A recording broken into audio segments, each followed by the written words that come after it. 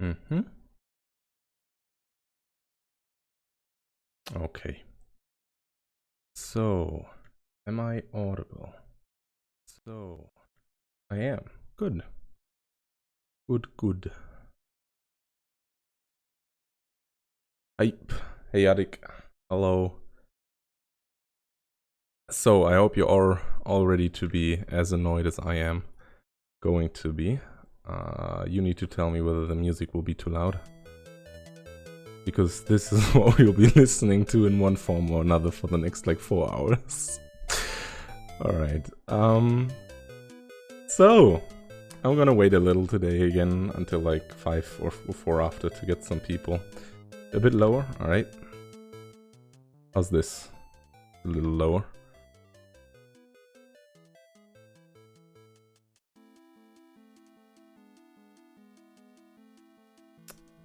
My fan is really annoying. I need to adjust my fan curve because it's constantly going up and down and up and down.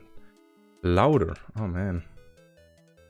This is going to be one of the typical joke in a sitcom where someone is moving around like a really heavy couch, and then they go just a little more to the left, little more to the left, and then they go around 2 hours in a circle, and they end up exactly where they started off, and the person goes perfect right there.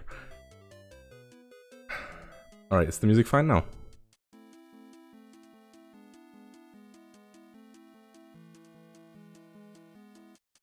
Nice. Okay. How are you doing, Yad? How is life?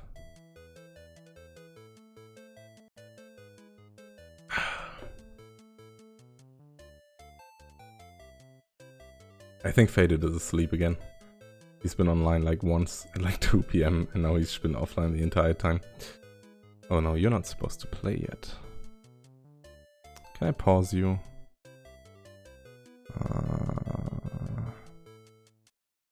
I don't think I can. Okay. Yeah, we're just gonna start. So, put it in Codison. Okay.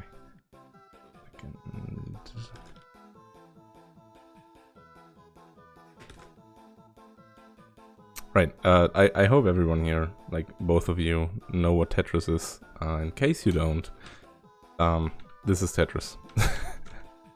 Honestly, I don't think this one needs introducing. If you don't know Tetris, then you've got something better to do than to look at me code it, and that is play it yourself, because it is a cult classic. You have these blocks, and they, you can move them around, and the goal is to get all blocks, get the blocks to fill up a line, and if you manage to do that, the line will disappear, and you will get points. So right now, for example, I'm hoping to get another long one, which is what every Tetris player always wants, because the long ones are the best. And then when I do that, all these 3 lines at the bottom here, they're going to vanish, and I'm going to get points for each of the lines that I managed to get rid of, which is very nice, and it feels very satisfying if you can get a full stack of 4. I'm not... there's a whole community around optimizing and playing Tetris. There are a bazillion different variants. So I'm not too familiar with the in-depth rules of the game. I'm also not too particularly good at it. I wouldn't say I'm shabby. It's just I haven't really mastered it yet, so to speak. I also don't know the exact standard rules. I'm not sure if there's even a standard for this. I guess there's the original, which you could see at the as the standard, but I don't have that one. So what we have to deal with is me kind of guesstimating what the rules should be. For example, I'm not sure if you get more points per line if you finish multiple lines at once. You might. I mean, it could make sense. That would leave at least a bit of strategy to the game. I already hate the theme song. I've been not even in 2 minutes. However, we're just going to see how we implement that when we get along. The only extra is having Tetris. What's a Tetris? Is that when you get all lines at once? Or... I honestly don't remember. I don't even know if that's part of the original 4 or 6. How the fuck are you going to have 6? How's that gonna work? Because you can only have 4 with the long one. Yeah. Sorry, I thought you meant either 4 or 6 is in the rule. I'm not sure if that's part of the original or if that's like an addition from later games. This has been so drastically changed over the... I think this one is definitely the one I'm gonna hate the most. This fucking version of it, the acapella one. Okay.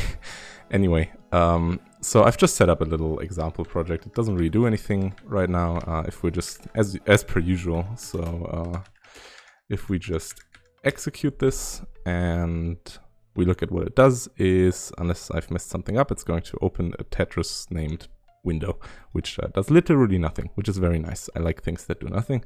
I can relate to them. And as per usual, we're going to have some kind of state that represents the board or like the game. And then we're going to just render that current state and handle user interactions before the rendering. So pretty similar to the previous one, which, in case you missed, is up on YouTube. Right, so I've also downloaded a little matching font. So if we're just going to create a little label as a demonstration, we'll see that we have, right, this should work, a pretty neat font, I guess. So it'll be a little small right now because the default is 24, but yeah, we have some nice 8-bit font, which I guess might or might not be perfect. We'll still have to figure out if we have bugs in our rendering pipeline or like system to render text, but that's something for future following to figure out. We're here today to solve the eternal question of how does one implement Tetris whilst also going crazy from the Tetris music in the background. Right, so the first thing we'll have to think about is kind of how do we want, or what do we want the game to look like. I'm just gonna pause the stream as well. Now, I personally thought about maybe having like the game on this side, and then you have the preview box of the next tile down here. And this could be like where you have your stats, your score, and whatever. So I'm just gonna separate this into a few different grids. So we're going to start with the good old game grid. Is the music still fine? Because it's different tracks. Some are, I mean, they are perceived louder by my ears. Whether or not that's actually the case is not for me to decide. Right, so we are going to have a few different rows and lines, I believe. Set rows, we're going to split it into 1, 2, 3 rows, I would say, and they are going to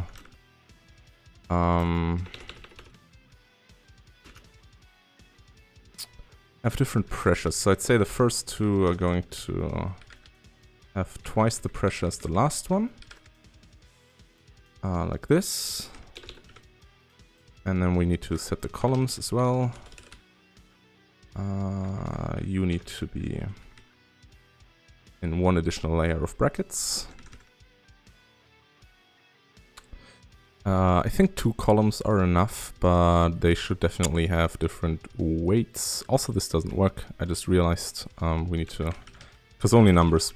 I really wish we had the separation for percentages already, but again, future following is going to deal with a lot of things that I don't want to deal with.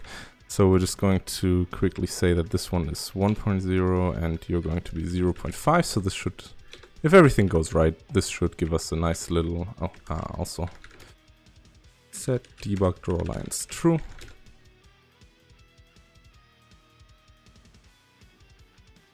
And yeah, that's roughly what I had in mind, right? I guess these 2 rows are a little large. I'm gonna make this like 0.5. Give it a little more weight. I'm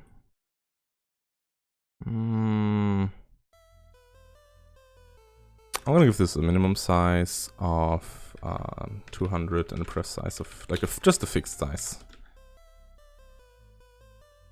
And then the last column down here will have the same fixed size,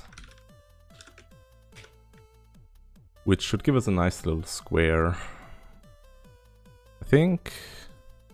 Right, and now it doesn't resize when yeah, that's perfect. That's exactly what I wanted. It stays the same, so we can always have like our preview or something similar down here, and then this will be the actual game board. And that's what I'm going to set up next. So we have the box for the game board. Let's call this play area. And it's going to be initialized. Let's just call this play area. And now you will be set background. I want to kind of have like a retro style, I guess.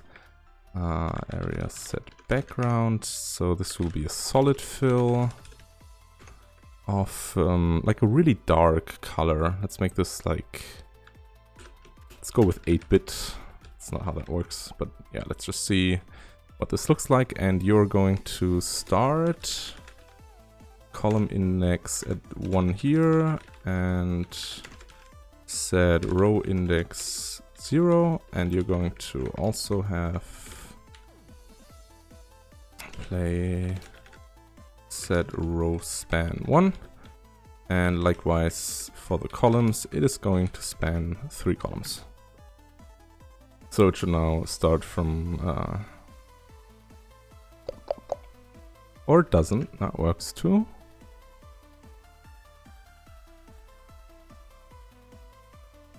Huh.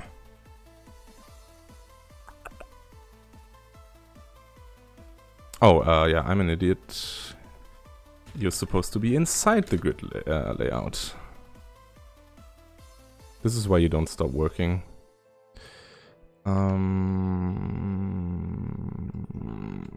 I still want to pass the DOM in here. I think I'm gonna patch that sooner or later. Out of range. Right, we only have... this is supposed to be the opposite. No! No, not the crashing. The evil. The terror. Am I retarded? 0, 1, 2, 3. I think I'm retarded. Maybe. Oh yeah, we have an opera version. My favorite so far. Okay, what am I doing wrong? Maybe I should only code on master and not on some branch I'm doing some stuff on right now. I already forgot how to work with this. Ah, I know what... I think I know what the issue is, so we're gonna say that you also want to span the entire size of what you are granted. There we go, there we go. Okay. So, now that we fixed the most trivial error, we can have the game board on the right side, and I kind of want to have the preview thing on the bottom left here, and have like a scoreboard on the left side. Okay, so we're gonna start with the scoreboard. Make that a box. Scoreboard. Also, get rid of this needless hyphen. Scoreboard. You will have the same background. And now we're gonna replace all this. Imagine having a voice like that and then singing the Tetris song. Right, now you are going to have a span of 1, but you're also going to stand here, but span actually 2. Just for verification that this works, we're going to give it a different color for now. There we go, perfect. So let's get back to this. And We also want the last thing, which is the preview. I'm gonna call it that at least. Box ID next, or let's call it preview. Preview area.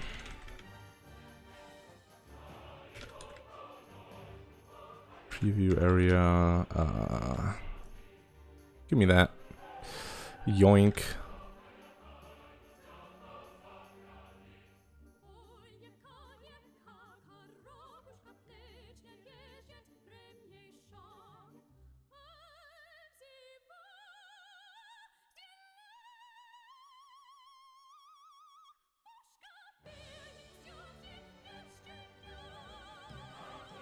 Okay, hi, sorry, I'm back. I need to check something because my OBS is currently not visible, so I'm always very cautious. I said that last time already, when I mute myself, when I like clear my throat or something. So I want to be certain that I'm actually muted when that happens. Ooh, now it's a guy, not whispering, what's it called? Whistling into my ear. You start at pretty much the same thing, but you start at 2 and span 1. Now, this should give us all 3 areas that we want. There we go. Beautiful, isn't it? Okay, I'm gonna put all of this into a box again. Call that background.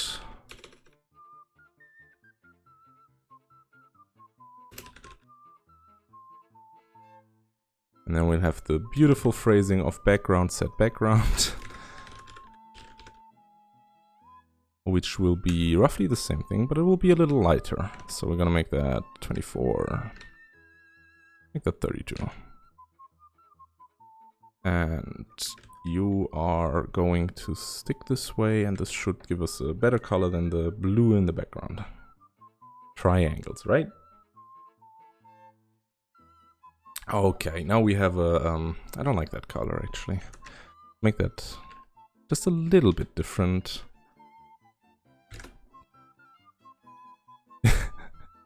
They're all great. How dare you discriminate? Okay, I can see this. I'm good with this. The only thing I don't understand is why you are black. I do not understand why there is... Is this an optical illusion? Am I blind? No. Oh, it's rounding. Because you have a default rounding, I guess. So we're gonna tell the background to just not have any rounding. And the same goes for the scoreboard. Oop. If only I could press the right buttons.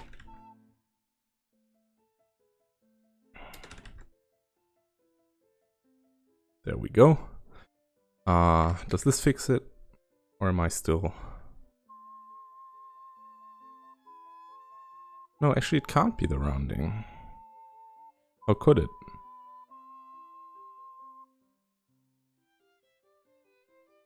Okay, let me just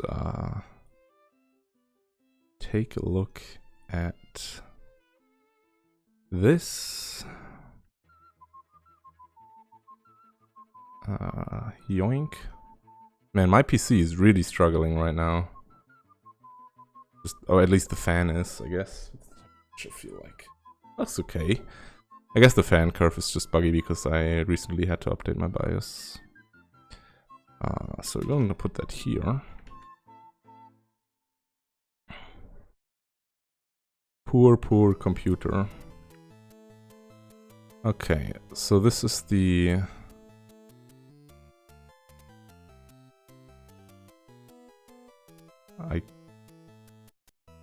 Looks okay.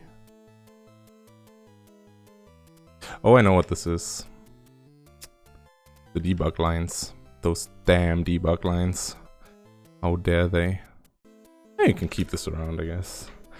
Little debug tool in case something goes wrong again. There we go. No more ugly little things. I'm not good with words.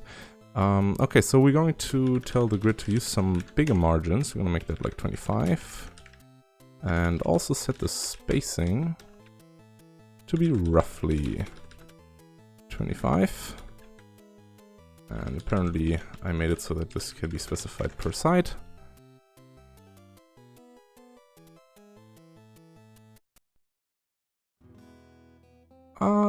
A little too large. Let's go down to 15. Take a look at that again.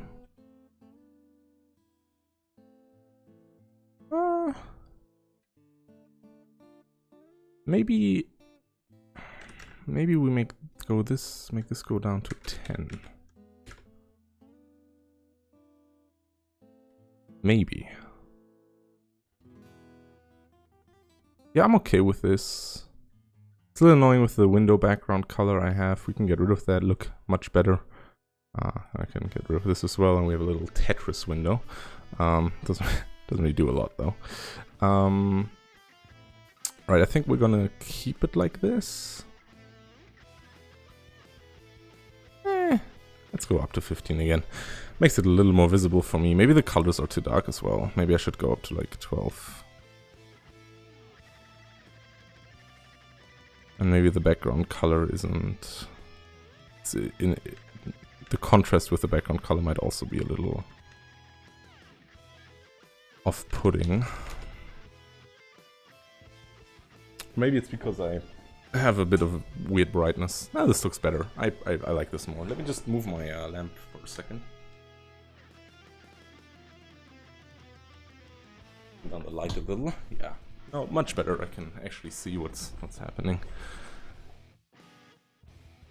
Now, I didn't know I needed Tetris in metal until I heard this, and now I do know. Also, can someone tell KDA that this should be centered even if there are 3 buttons on the side? Like, I really don't like that this label for the window is further to the left than it should be. Okay, so we got our little like Tetris-y window. And the next thing we'll need to do is set up the scoreboard, or I guess the scoreboard. We have a few different things that we can keep track of. The first one would be, I mean, we can just think of a bunch of numbers that we want. So I guess we could start with...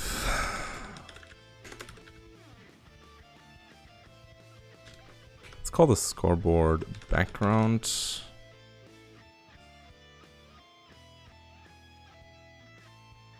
Bada bing, bada boom, bada bing, bada boom, bada bing, bada boom, bada bing, bada boom. There we go. Call this scoreboard grid. I also need to capture the DOM by reference here. And grid layout, scoreboard grid. Now how many things do we want track of? Well, we might have the like overall score, that's one value. Then we could have the amount of lines that were, I guess, triggered, and maybe even the amount of boxes that were spawned. So let's just have that, which means we need to have 6 columns, and they need to auto size. But maybe we'll have a 7th one that is just...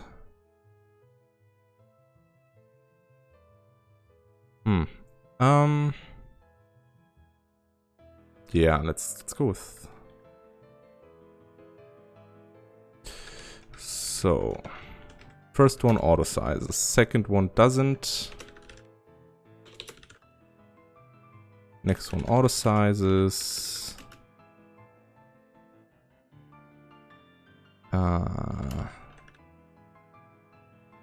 And the last one also tries to get the space, so that would give us a very nice little layout. Also, come to think of it, this should be rows because we only have 1 column. So, scoreboard grid set columns equal, and we just give it a default 1 column, like so. And the first one we'll have is the score, I guess.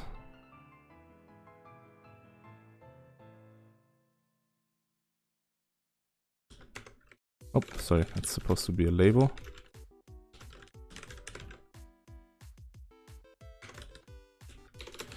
Now we need a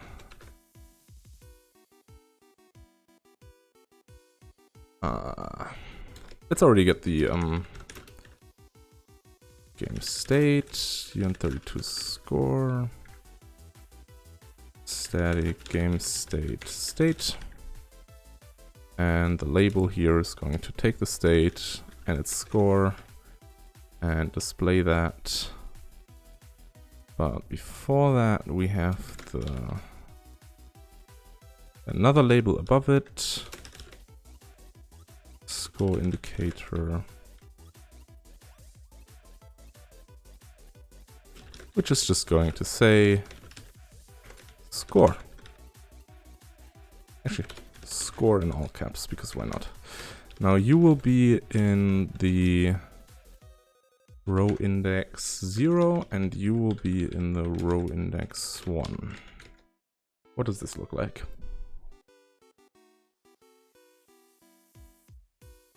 About what I wanted.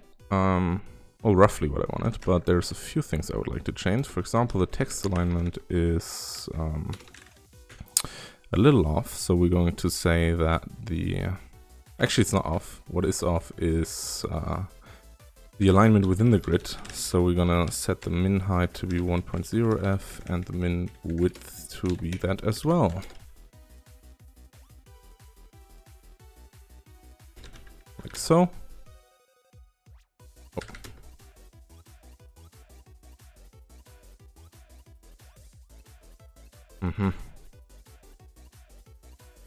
Not quite sure what's happening here.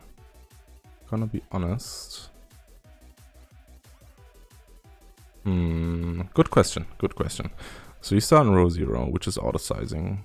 You don't. Which has a pressure. This should work. You're in the grid layout as well.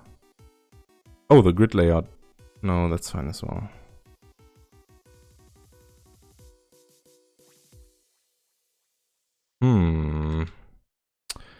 Honk honk. So let's make this a button.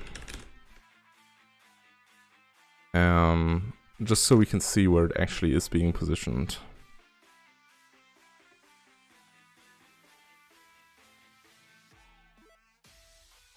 I guess one issue this has is that the height isn't really able to be known. So what we do instead is we just don't set it. Maybe this fixes it. It shouldn't fix the width though. It wasn't aligned on the vertical axis either.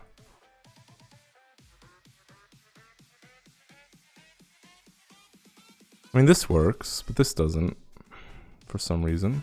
Doesn't seem to calculate the text size properly.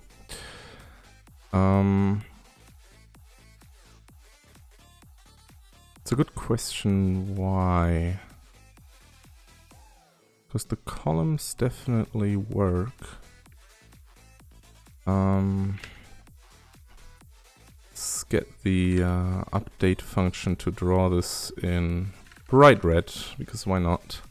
And then we can have a look at the 3-box lines so we can actually understand what they're doing. Oh, so you have 2 columns.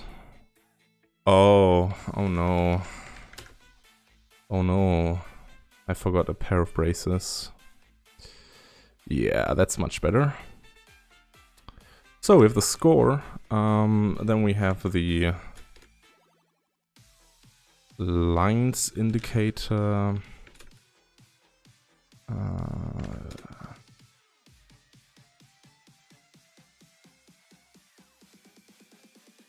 and lastly we have the, what do you call them? Items, tiles, like the things that float down. They should have a name, right? They're proper Tetris terminology. Tetris. Wikipedia.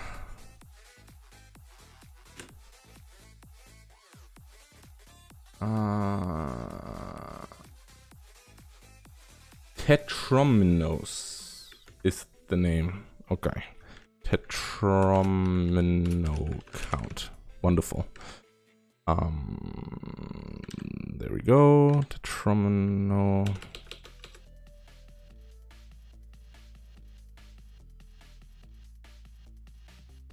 So with an E or without? Okay, lines. Let's see what this looks like. I should probably set the right row indices. So you're 2, you're 3, you're 31, you're 4, and you're 5. And you're fired.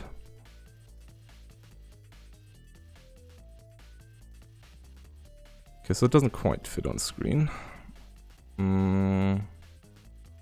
Let's get the default font to be a little smaller. This is probably too small. It's okay. Right?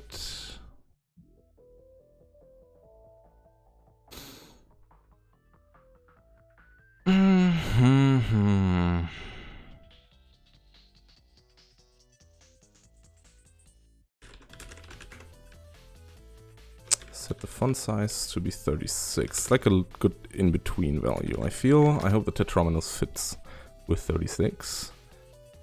I would like them to have at least some visual distinguishment. It doesn't quite, but we can just up the size of this to be 250 in all directions to have a good nice little square on the bottom left still for the preview. Okay, now this fits and I think this is much better. However,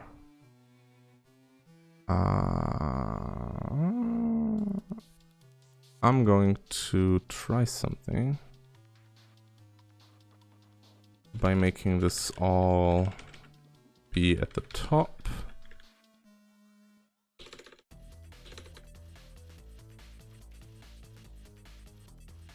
I'm not sure if that actually works. I didn't try before. Oh, it does. Very nice. I think I prefer this. This allows it to shrink a little. Not much, but at least a little. There we go. Okay, we're going to get rid of the draw debug lines part, and then we're going to have the preview area, which is also going to be split up into a grid again. ID preview grid doesn't really need to be very fancy. It's only a placeholder for the layouting of the preview, because we want to have at least some text, and this also needs to capture that.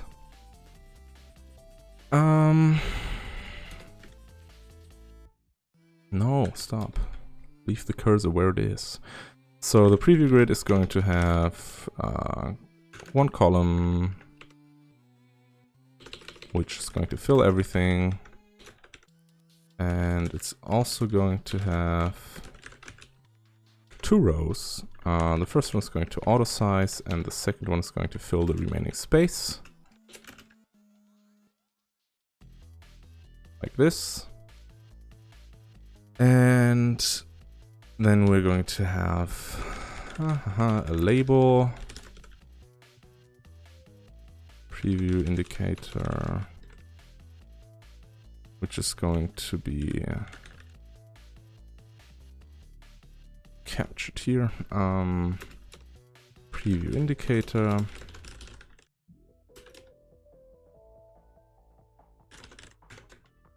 Which is just going to scream preview at us. Preview indicator set font size 36. And now let's compile that, look at it. This says preview here now, but we also needed to fill the width. Set column min width 1.0. And the second part is going to be something which we are going to render ourselves, so that is going to stay a while, I guess. Now this should be horizontally centered, very nice. Tetrominos. I'm not sure if that needs like an E. Apparently it does, so we're going to be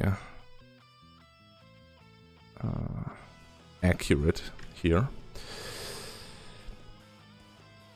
Okay, and then we have the play area. Now, personally, there are a lot of different Tetris implementations. I think this one is just about as standard as you can get. So you have like a little box around it, the grid, and then you have the actual grid inside here. Now it seems that each line on the bottom is 10 in size, and the height is somewhat dependent on the version you're using. I guess the standard here is 25, 5, 10, no, it's 20, okay. Oh, we're gonna make it 10 by 20.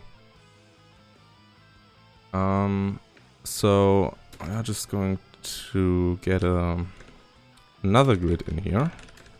It also needs to be captured again. Graph grid layout, ID game grid,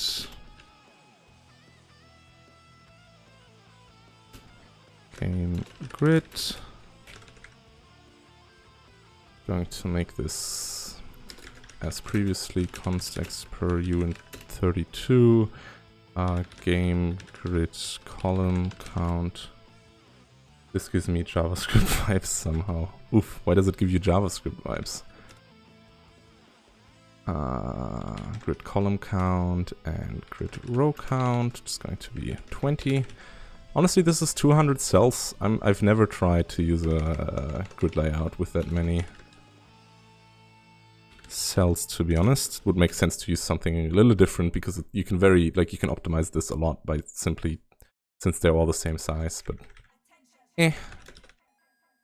all the lambdas that capture values and whatnot.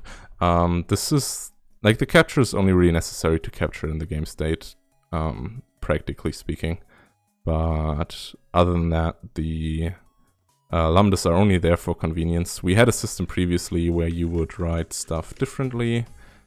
You would instead have something like this.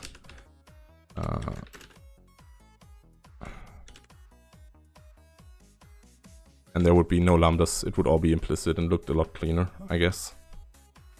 We went with this route for now because we might use a DSL, and if we do that, then the underlying, like the system it compiles to, could be as convoluted as it wants. We're going to have rows as well, which I'm going to move. No, what was the command? There we go. And you're going to be row info. Copied all code. Oh wow, fucking rude, Shavak. Just gonna sell my unique idea? No one has ever programmed this game before.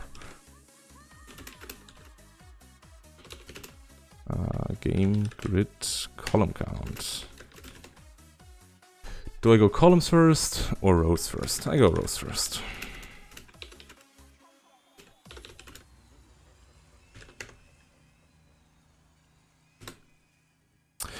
And place specs 0.0f, 1.0f, 1.0f. And then we say game grid set rows, and we move the rows in. Same goes for the columns. I mean, it's more intuitive this way, in my opinion. Oh, it was a compliment. I'm sorry. My bad for being defensive. True. Might be the Angular fucking me speaking. Ooh. You have my condolences for the terror you had to go through. Okay, now this gives us I guess we can call this a grid. I'm not sure. I guess we should make sure that it is actually divisible. So we want the since we have twice as many rows as we have columns, we want the height to be twice as much as the columns. Or we want the boxes to not scale, right? Yeah, that was my thought right now. So instead of making the question is, what do we scale? Because I didn't want to scale the preview either. Like, I wanted this to be alright. Maybe I can have like a buffer in the middle that scales instead, so that both the game grid and the thing on the left stays the same. Right, because this just looks shit. Like, who wants to play Tetris with this? This is just terrible. We could keep that fixed by simply giving the... where are we at? Well, we need something to scale if we scale the window. We can... just don't do it and call it user choice. Works every time. Now this is what I call user experience, right? It doesn't say programmer experience, it says user experience, so it should be their choice. We coin ourselves, or are proud of our flexibility. At your expense. Okay, so I'm just gonna add another column in between them, and that is the one that scales, right? That's the idea I had right now, so I'm just gonna have another one down here, which we are going to have this one have a minimum size of, what's that gonna be? Like 500, right? Make it twice as large. I mean, if I was really tryharding, I would go for the golden ratio, of course, because I'm a snob like that. So we have the 500-ish version here, but then we also need to get the play area to use the column index of 2. Calling guy. Why'd you censor guy? That's such an innocuous word. And then the vertical scaling. What's gonna happen with the vertical scaling, actually? Like, what do we scale? Do we scale the top? Do we scale the bottom? Do we scale the top and bottom equally? I guess that makes sense, top and bottom equally. Hey! I really need moderators in this chat. This is getting out of hand. I can't deal with this, the pressure. I'm gonna have to make a remember like 3 years ago when it was really popular to just upload a video on YouTube that said, guys, I'm closing my channel, and then you still made content afterwards because you just wanted the views. Can I use web with this? You can render an image that looks like a spider web. That's about it. I don't know if we will ever have Chromium support. The Linux way. Right, so I'm going to create 2 new rows, which are going to be the ones that actually scale, because those have the current ones have just been decoys for my master plan all along. So we're going to add them at the end, and we're just gonna make this. Wait, okay, so I wanted this to be twice as tall, which means that all of these need to be 333. Yikes. What if... It's not really a nice divisible number. So if I make this 600 instead, then it would become a nice divisible number, because I can then easily just make this... Actually, no, I'm an idiot. I'm very much an idiot. We can just distribute the remaining 750 by just giving each of these 375. They don't need to be the same size each. Okay, I think this works, unless it probably doesn't, you know. Yeah, look at this. What is this? Matching braces. What do I look like? A not Python programmer? Oh, I forgot one, that's why. Braces are for weak people.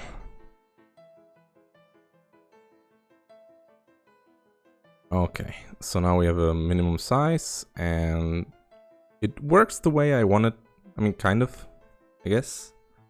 The top doesn't scale, that's bad, and this isn't what I wanted either. Braces I love, take that back. If you had to wear them for 5 years, you really start to hate them. Because I'm a little... the reason it doesn't work is because I also need to increment the row index everywhere by 1. So you become 3, and you become 1, right? Like that. They aren't square. Yeah, I know. I'm gonna tackle that after I manage to get the scaling right. There we go. That's square, right? It's a little too large, but it's at least square, and it seems to scale properly, but I can't really verify that right now. So why are you so large? Because my screen isn't that large. Yeah, that makes sense. Can't have 1000 as the value. So let's go down to 400 here. Which means that the total size is 850 minus 250 not 850, 800 minus 250, that is 550, so we need 225 each. Never make a maths error in stream. Nobody. Every time you specify an annotator, can you make that inside the constructor? IDs need to be persisted, so you need to be sure that IDs... This is exactly what I had in mind. Actually, I think it makes more sense to scale the sides, not the middle. Anyway, so we had a previous system where the ID would always be the name that you give the variable, which I kind of want to give back, but the reason it's explicit right now is because sometimes you want IDs to be numbers. So let's say you iterate through something. We had this in the 2048 example, actually. So if I go into 2048 main, you can see that in the IDs that we used for the buttons that represented the actual numbers in 2048, we used the index inside the grid for the ID, because you can use either a string or you can use a number. So this is why you right now have to specify it manually. But there are better systems to use here. It's just what we currently use because it was the easiest to implement. We can make it so that as a default the name of the variable would be used. But that wasn't really our concern right now. I would rather have a very concise API that just does what I want than to have one that looks pretty and then get confused later down the line. Okay, so I don't want this here. In fact, I want this here and here. Yeah, but can't you just get rid of the ID macro? Oh, you mean that I just do this? Yeah, I could with a variant. That would be, or like a template even. That's both possible. You're right. Actually, I mean, I could do that pretty trivially now, honestly. My bad, I misunderstood your question. Okay, so this should work.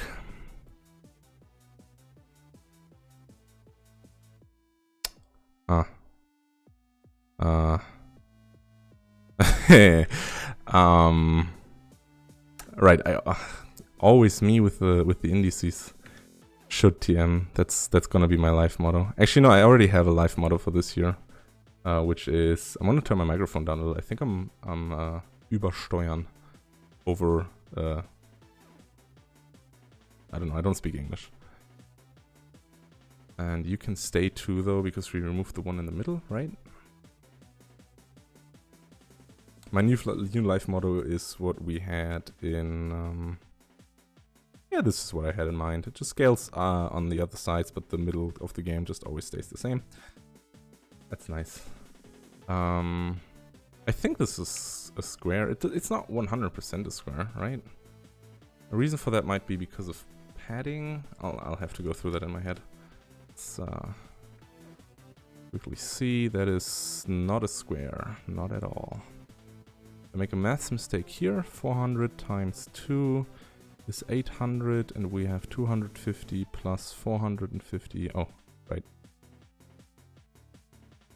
It's supposed to be 75, because it's supposed to be 550 in total, not 450. And now this should be a square. Right, it is, but it's also a little too large.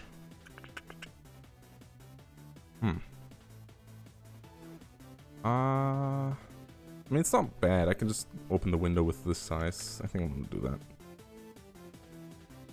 Let's make that... let's just be lazy here. And make that 820, and then this needs to be increased by 850. Are you sure that's square? Kind of looks like a long boy. Oh no. I'm gonna look at it in Paint in a moment. So this is still not large enough.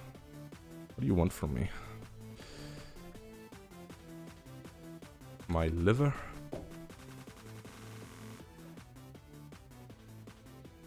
Okay, now that's long enough. For some reason the position isn't being applied. No idea why that is, honestly. Open window. I'm setting the position here though. After I show it. Now maybe there's an error in our code. It's already something I'll look at in a moment. Anyway, you wanted to check whether the things are actually square. Well, one thing we do have, which you'll probably not be able to tell on stream, but we're not really dealing with positions properly right now because we're using floats, and that was what I used originally, but that is not a good idea because this leads to anti-aliasing, and then you have some lines that are thicker than others. You have some very thick lines and you have some very thin lines. Anyway, this is, let's see, this is what I mean, like you have some anti-aliasing and all these things, which is very annoying. This is roughly a square if you would be able to go through that direct middle point. Is there anyone here that is perfectly square? I don't think so. I think the closest we have is this, which is it's I'm pretty sure it's square, but we can also just test that in code by no, we can't test that in code actually, because I cannot print the width in the, I mean, I could print it, but it would require some hacking to actually get the right position at which we do the print statement, which I would rather want to avoid right now. I'm gonna say that is square enough because it's like half a pixel off at most, and it's very hard to deal in that. Yeah, it's not important. Okay, so we got the grid to be right.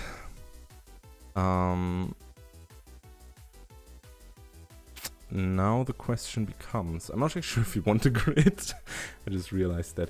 The question becomes, how do we render the tiles? Because I think I'm just going to create a tetromino variant actually.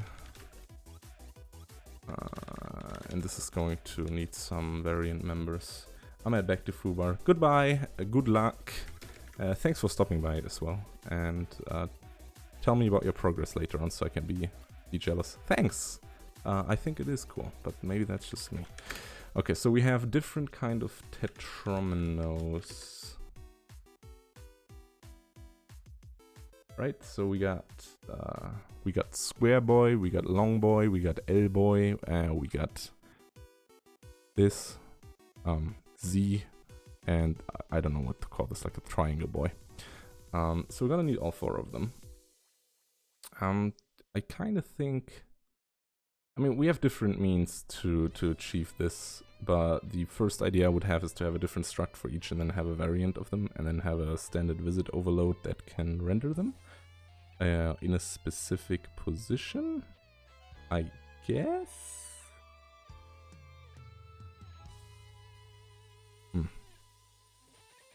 They can have an orientation as well, which is something to keep in mind, I guess. So we're going to have long boy.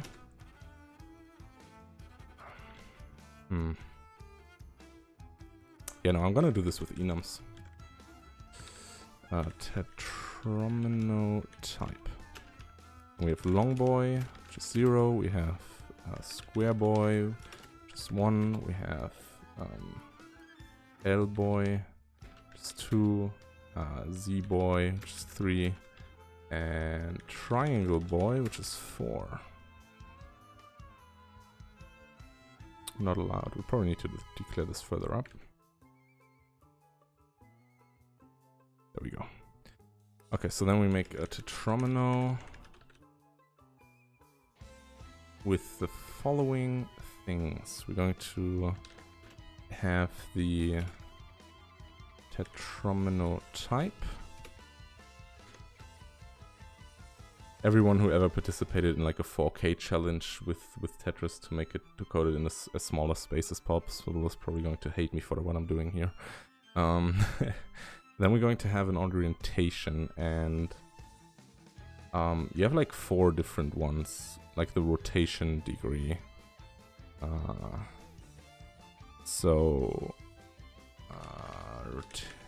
Tetromino rotation.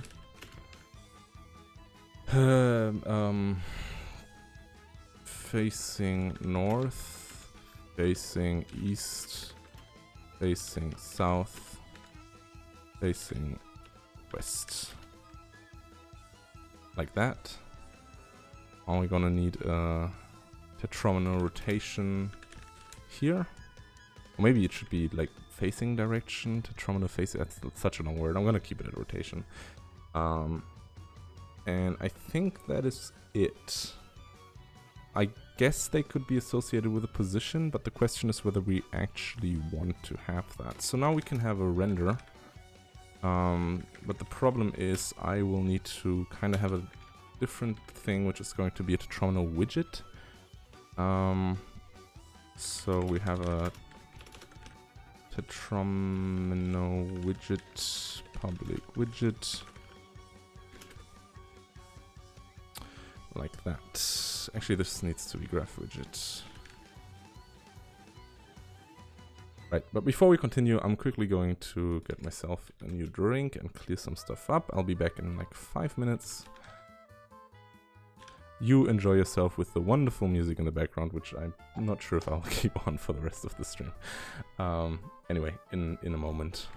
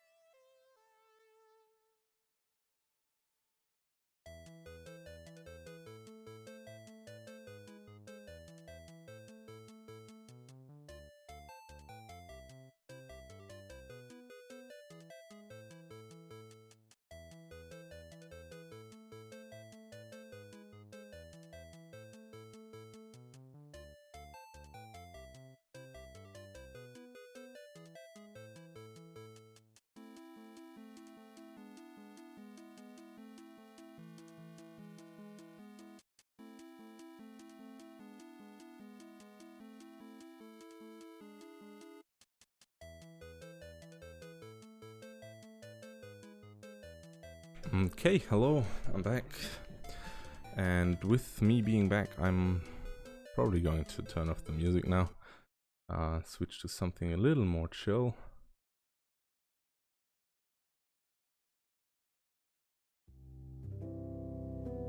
Tell me if the volume is okay. I think this is too loud. Maybe? I don't know. If anyone's still there, be nice if you could just quickly tell me whether the volume is okay. And so I just thought about this some more. And there's some problem with the approach I had in mind.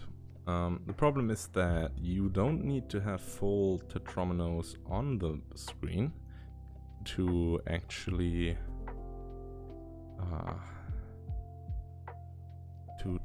actually exist. So if you clear a line, for example, that could cut right through a tetromino, which would leave a gap there, and not the whole thing would no longer be intact, which means we need to have something different, which is tile, which has a color and I really wish I could just make this a little more quiet. I probably can. There we go. Perfect. Each tile has a color. And it has a bool of whether it is filled. And it has a bool of whether it is moving, I think. And then we need to have our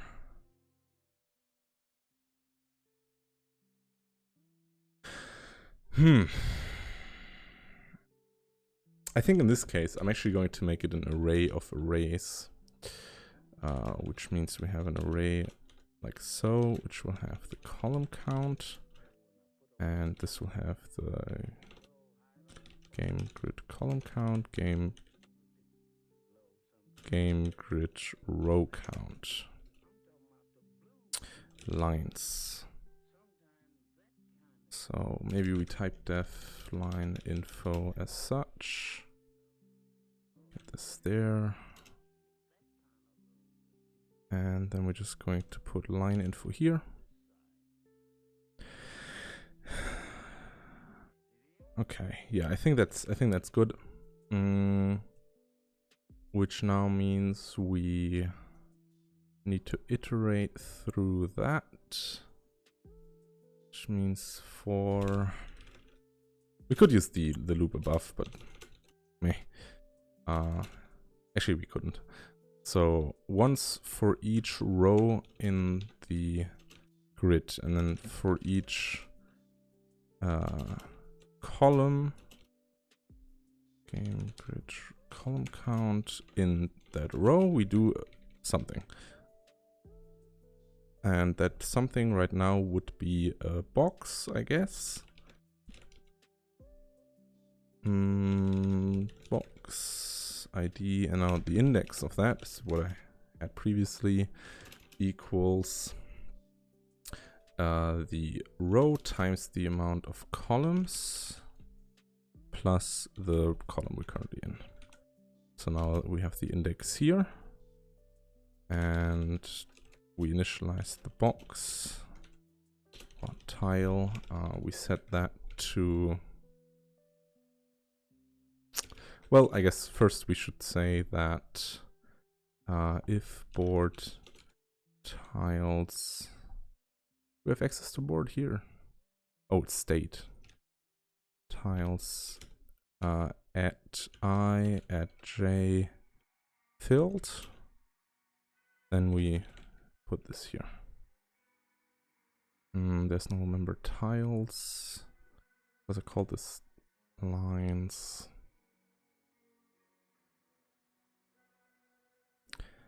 And you are going to set background graph solid fill state auto const tile equals state lines at I and at j. And if the tile is filled, and if the tile, then we put in the tile's color for the fill of the tile, like so. Member reference type in graph box.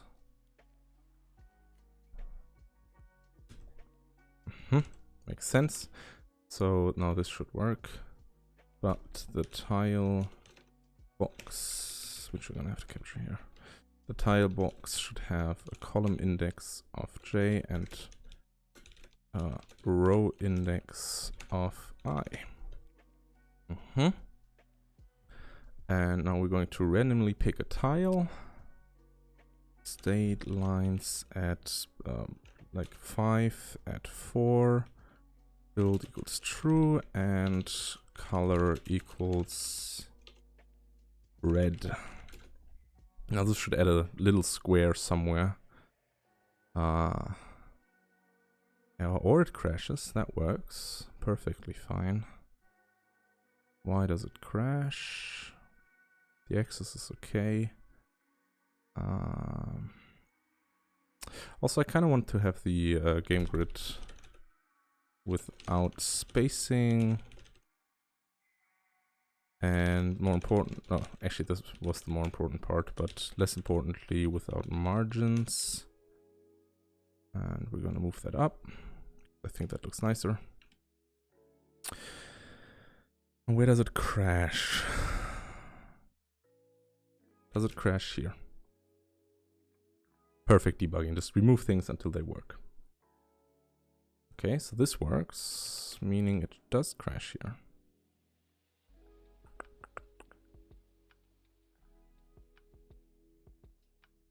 But why? Maybe it's not initialized.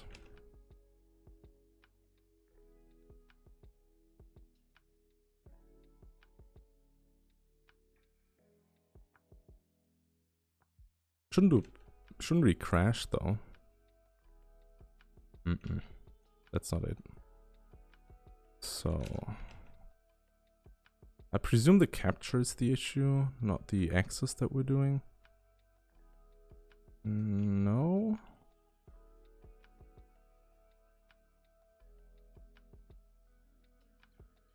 Still has some trouble. I think now the music might be a little too quiet. Set row index, set column index. So you don't work either, right? Because you didn't work the other time. I checked. Well, you do work, but it just loops infinitely. Why?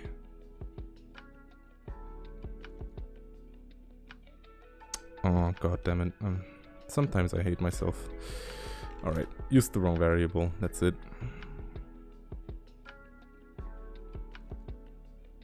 There we go, but the issue now is it doesn't fill anything. There should be a filled tile somewhere. It's inconvenient. Because we have put it there.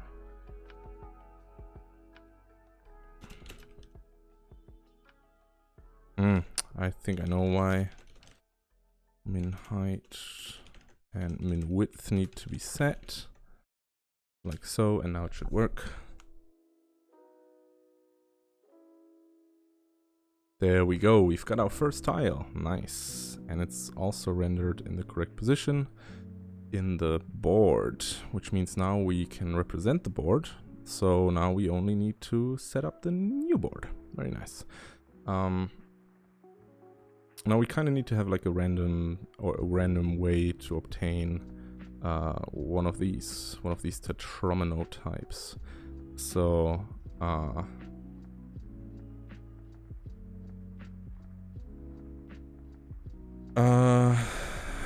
get random tetromino type equals.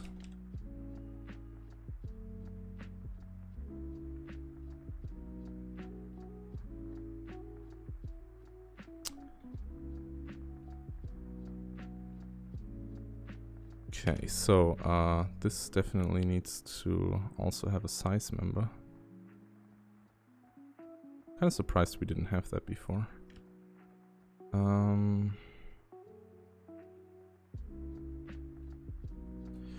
Right, we're just going to say tetromino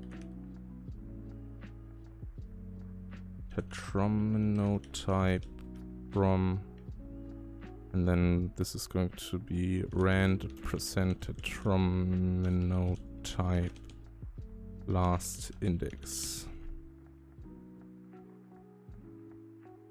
+1, I think, so that we can actually get that done.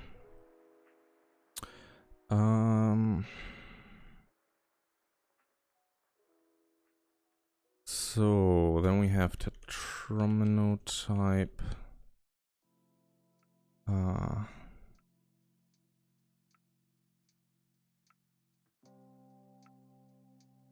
I'm kind of thinking about how we render the preview right now.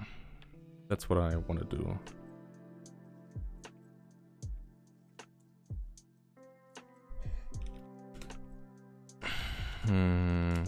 So next tetromino. Let's just say this is what we do here.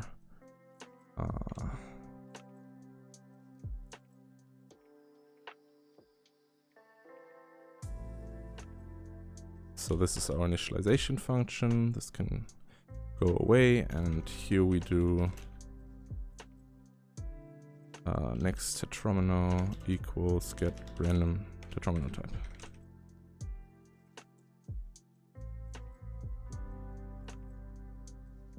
Kind of want to get rid of the type here. Okay, what is the problem?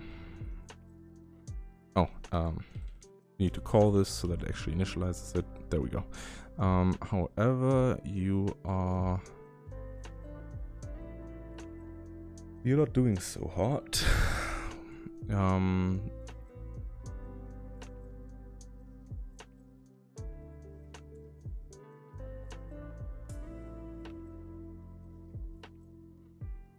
Oh, I see.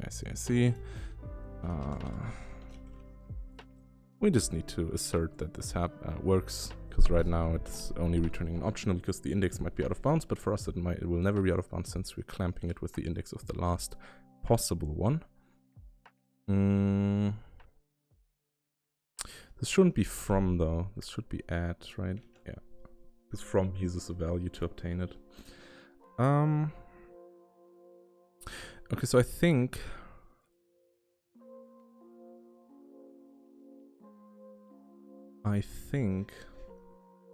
let's look at the Tetris implementation again.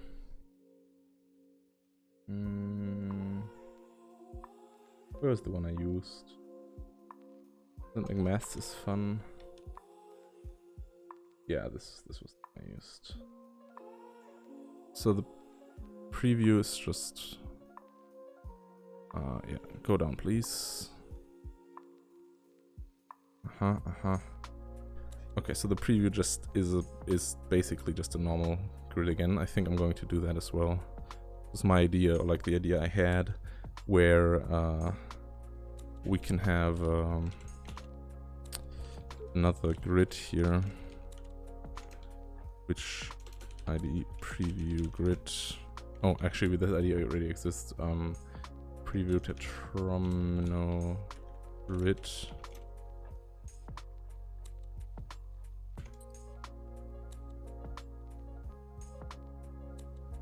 Like so, and we're going to initialize this to be like 6 by 6, I think.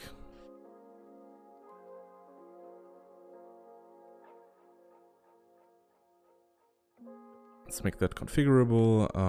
Preview grid dimensions, or row and column count. I guess that's a very long thing, but whatever. So, going to just copy this and use the game preview, there we go.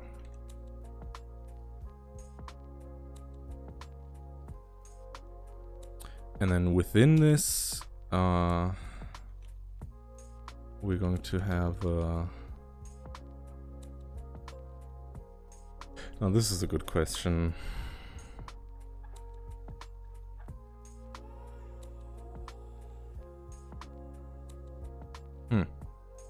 The problem is there's like this distinction between having a tetromino and having just a tile. So I guess we kind of want to fill a specific amount of tiles, which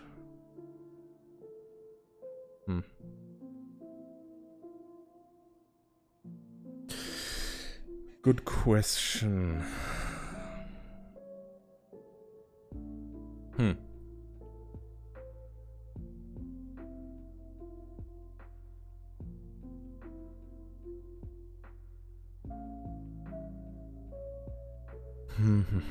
Okay, so the idea would be that we just generate the tiles on the fly. So we have like autofill tiles. And then we're going to have the... I kind of want to center them though. So that's what bothers me. So I think I might just hard code the preview stuff here.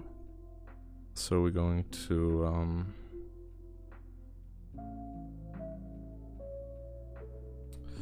we're going to go with the preview area here. And then we're going to say that... Oh, just notice they all have 4... Every single tetromino only has 4 tiles, right? That could help us. That's a neat fact. I just realized. So we're going to have...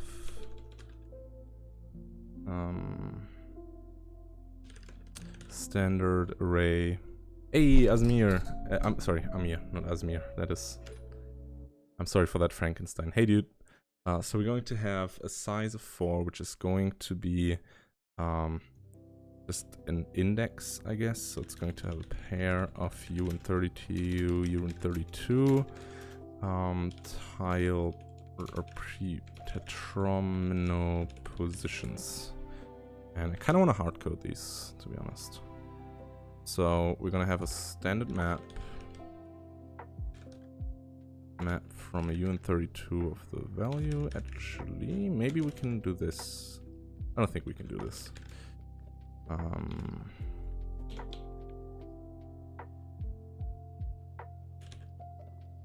Maybe that map isn't useful, to be honest. But we could center it through...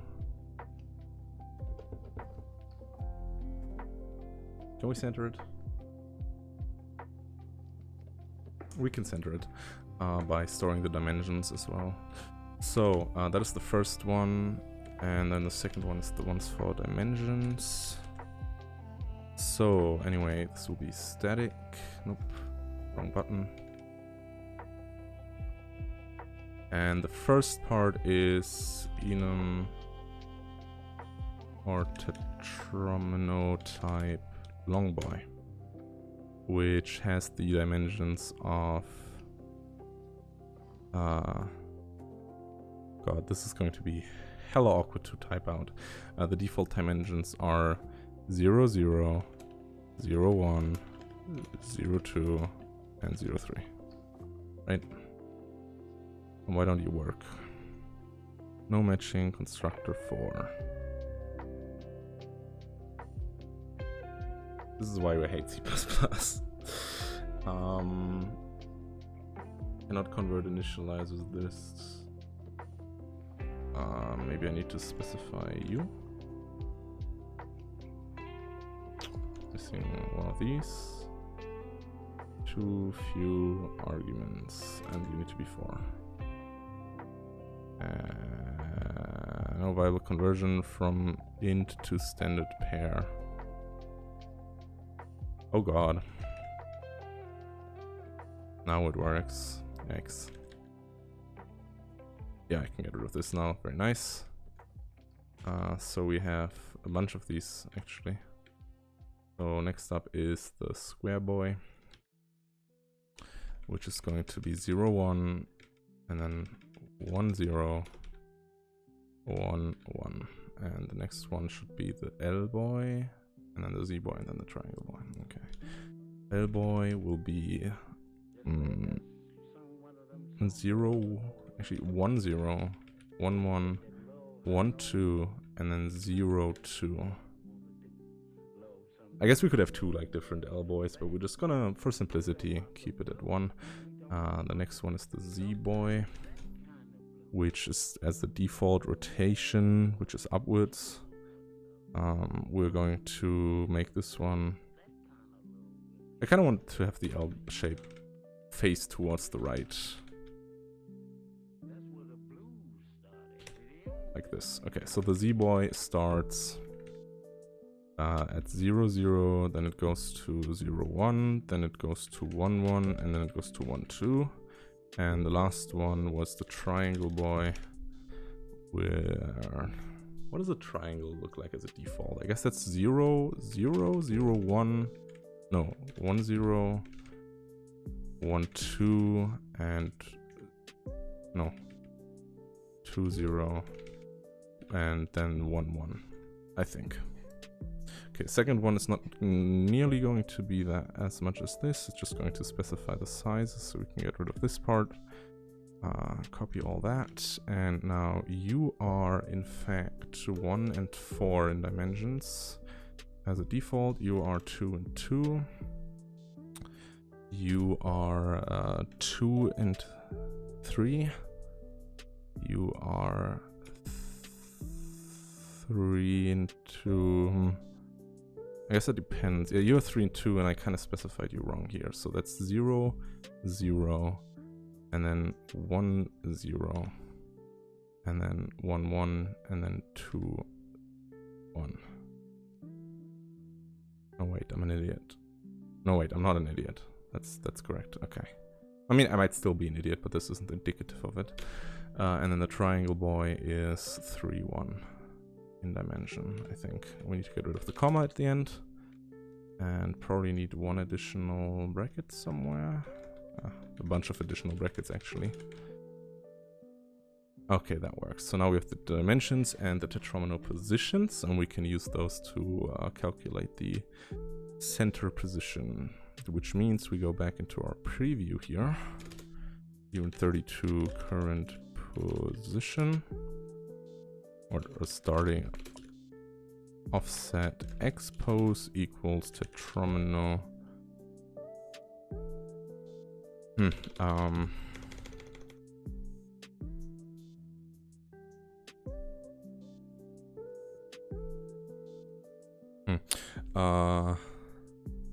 So we're going to get the positions here. Positions equals tetromino positions at state dot next tetromino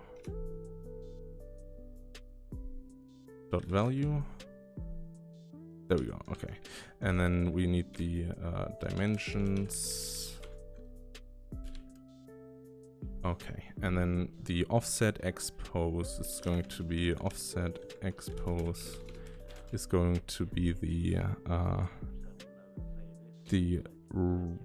preview grid, and I'm gonna split this preview row count and preview grid count, column count, my bad.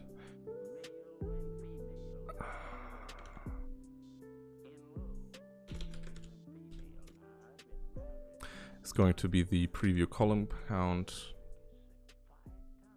minus the dimensions first, and it's going to be the preview row count minus the dimensions second, and then for unit 32i equals 0i smaller 4 plus plus I, we're going to add a new box. Oops, my bad.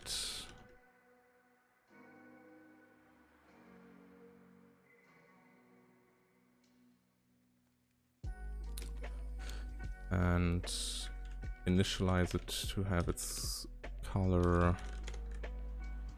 This needs to be configurable, but for now we're just going to use this.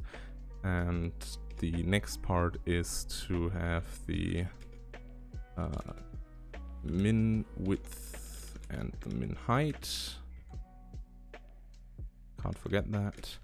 And the last bit is the row index, which will be at the positions at I dot second plus the offset y pose, which isn't right now.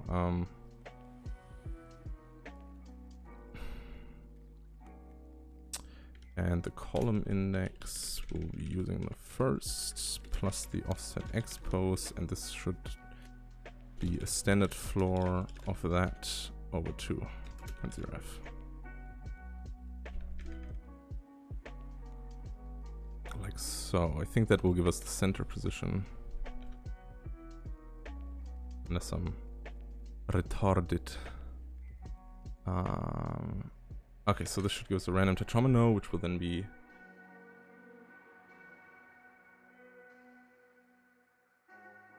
Okay, so it does something. I know what's wrong. What's wrong is that in the preview area, the preview tetromino grid has not been... had its...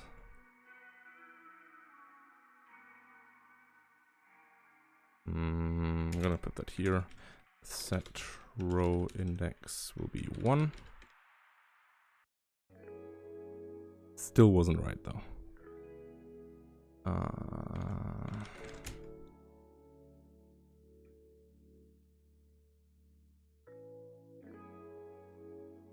Okay, so this is a square. It's a really weird looking square. Always going to be a square because we didn't call srand.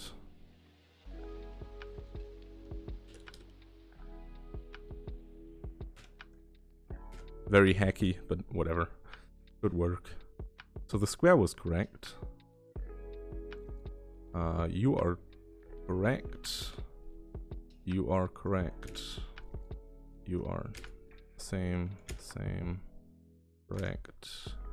And correct. That's all I had, but it isn't quite so neatly tidied because this is kinda messed up right now. So I want this to be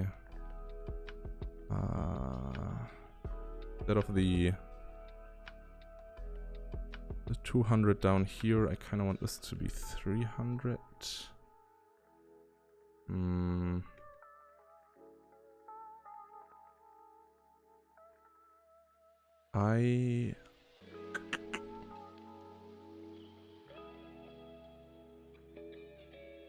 Yeah, I'm going to do this somewhere else. I'm going to do this down here, where I'm going to say tetromino grid set min width equals to 200 and min height, and also max width, max height, and pref width and pref height, so that they are all equal. And we also want to be aligned in the center.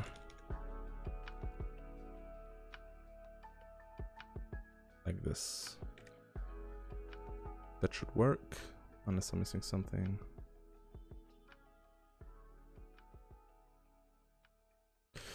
Right, now we're just going to make this a little...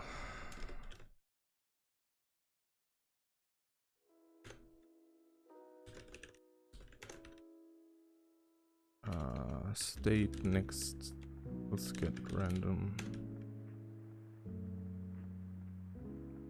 Okay, now we can just click through it, cycle a bit.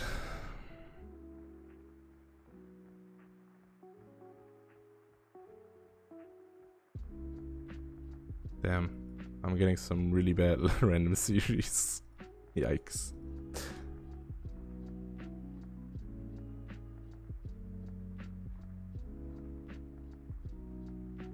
It kind of works. I want to see the grid lines here.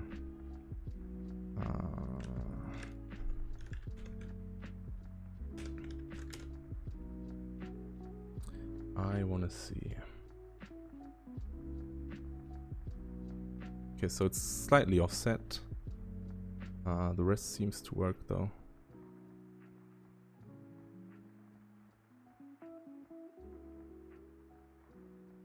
And this works. The positions work definitely. But the grid isn't positioned correctly. And I think I know why.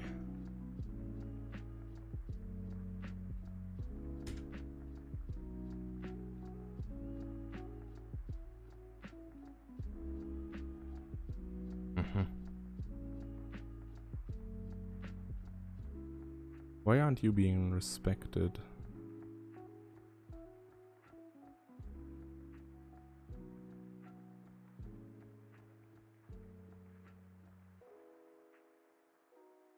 It's curious.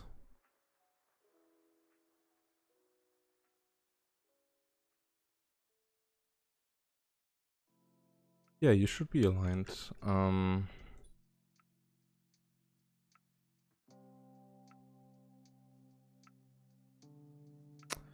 I know why.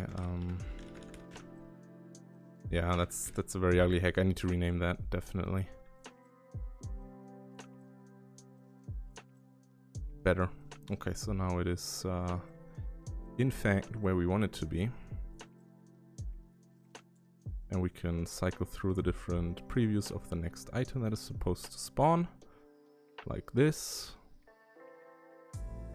Beautiful. Okay, so I'm going to get rid of the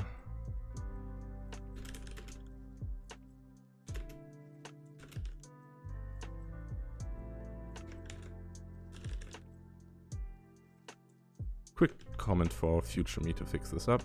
Get rid of the debug line call here and here. And then we kind of need to get the tetrometer colors. Right, so we're going to quickly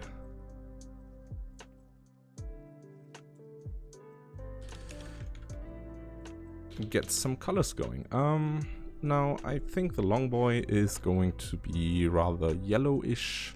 So we're gonna have a little bit of red, a little bit of green, very little of blue, and like so. And I'm just gonna quickly verify that this works actually by assigning the color to all of them. It's not going to do what I want, but it's going to verify that at least what I want to do works. So we're going to have at state. Kind of do this up here, right? Looks a little more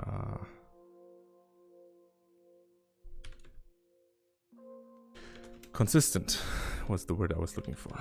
Okay, so we set the color here, and now this should be like a yellowish, perhaps a little, probably yellowish. Yeah, that's about what I wanted. And now we're going to assign different colors to these. That's a very not very pretty yellow, I'm gonna be honest with you. So we're going to make the square boy a reddish tone.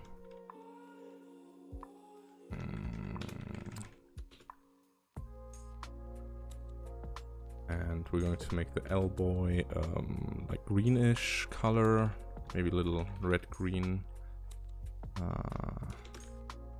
And the Z boy will be purple, so let's get that 180 here. And the triangle will be, I don't know. Any major color I'm missing? Guess we could get cyan, right? Like 180, 100, and 180, and this should probably be the other way around. So let's make this like this. So.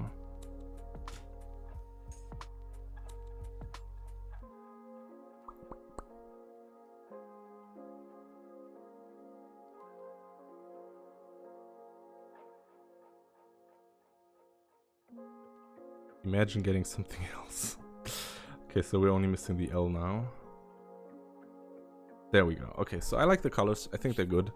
I do. I really do. I think they're nice. Quite nice. So I want to have the font size of 36 to be reduced to 32. And I do not want a regex replace here. So once more, and then make that 2. Give us a little more space and make the term tetromenos label be less clamped to the edges. I like it. Be nice if this could be centered always, I guess. So maybe we can store a little more information here. I know at this point it would make more sense to store this as different, like, static objects of something.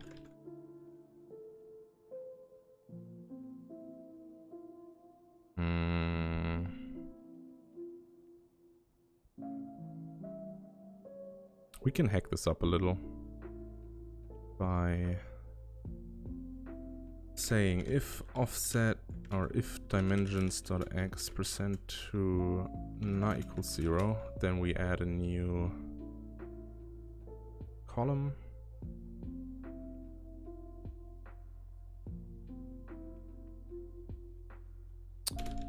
First, and if the second,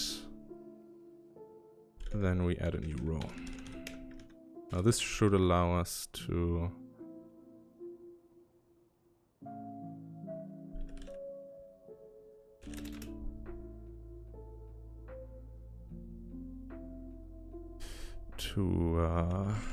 always center the things, which I think will look a lot nicer.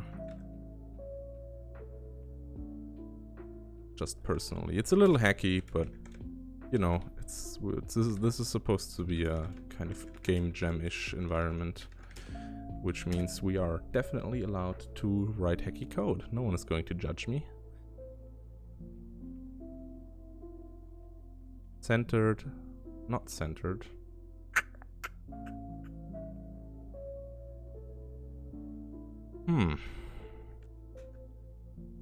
Maybe it is when it's supposed to be even. We will see. Terminal grid set draw debug lines true.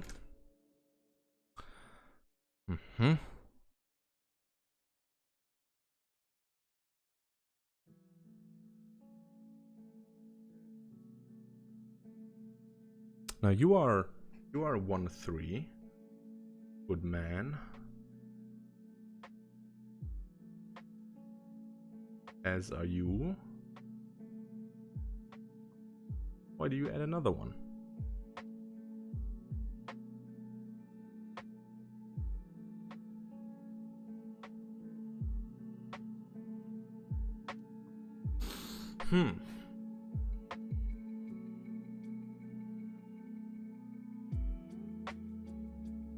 This did not work the way I wanted it to.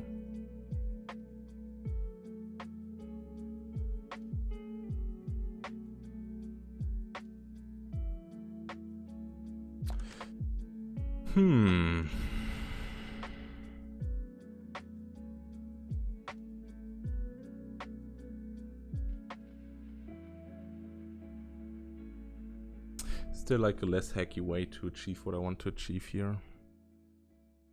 Probably. Always a less hacky way. Oh, I know why, because yeah, I didn't reassign the Anyway, it wouldn't really look good either, because it would still be it would have different sizes, which doesn't look as good either. So I think I'm just going to keep it like this for now. We can solve it up later. It's just supposed to work, so it does that, and I'm happy with it. Okay, that's it for all the rendering of stuff. So now that the rendering is done, what we need to tackle next is the actual game itself, which is going to be probably the hardest part of this. So let's see.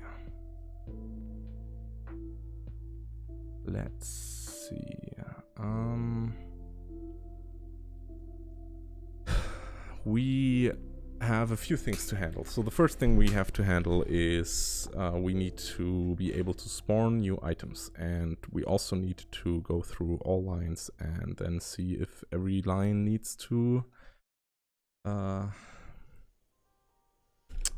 first of all, we only want to do a tick once every so and so many frames. So we have standard chrono duration float standard micro, and that is the tick interval, which starts at standard chrono microseconds. You know what? I think I'm gonna go with milli. And it starts with 50 once per 500 milliseconds. Yeah, I definitely should not have used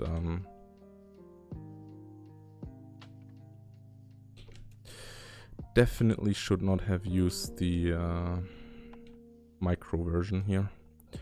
Or using standard micro, because why would I? 500 milliseconds. Oh, actually, I still used microseconds because I'm an idiot. Now, this tick is going to go down. But we need to know when a new tick should happen. So we have high resolution clock, time point, last tick TP. Equals standard chrono, high resolution clock now.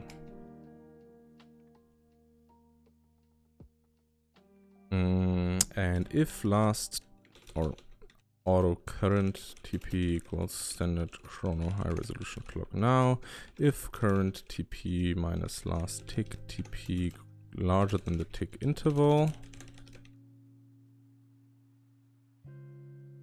then we actually perform a tick. Okay, so at the bottom here, the last tick TP becomes the current tick TP. Oh, we just call it current TP. And a tick does the following. So we go through all rows. Equals 0. No, sorry, we start at the bottom of the rows. -1, row larger equals 0, minus row. And then for each column equals 0, column smaller, game grid column count, plus column. Then we do the movement part here. And so we say auto tile equals state, tiles at row at column. If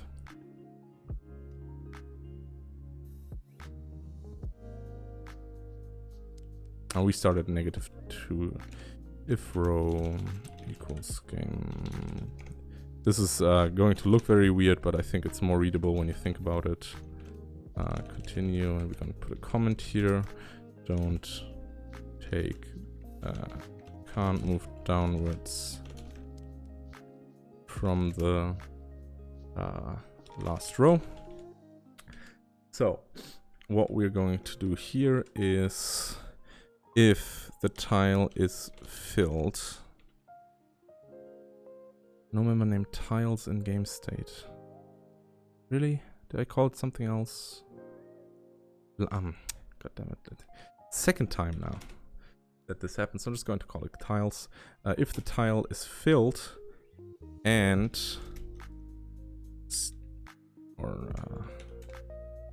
tile below equals state, tiles at row +1 column, and tile below filled is not true, then tile filled equals false, tile below filled equals true, and tile below color equals tile color, and tile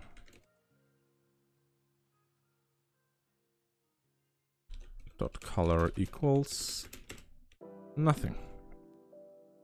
So this effectively moves everything down once.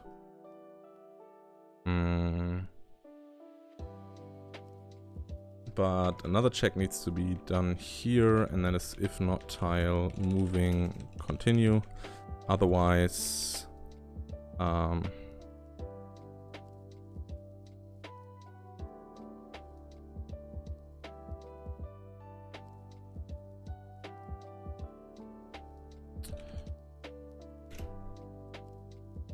and else tile moving equals false, like this. Now we're just going to quickly initialize one thing here. Filled equals true, moving equals true, and color equals. Now this should just move it downwards gradually. Like twice a second. It's probably too fast. Probably should be like 1 second to start with. And it crashed. Very nice. Not very nice actually. I was lying. It's just lying.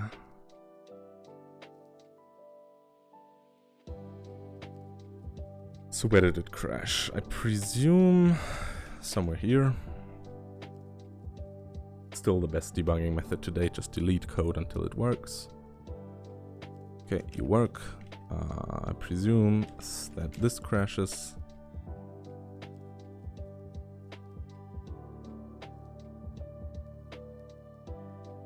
Okay, so I was right. It's this code. I'm pretty sure this code is what crashes. I just don't understand why. Ah, it's this error again. I really need to stop using UN32s for this kind of loop. Or for loops in general. Should give me a warning here now. There we go. Okay, so it only moved down once. It's not intended.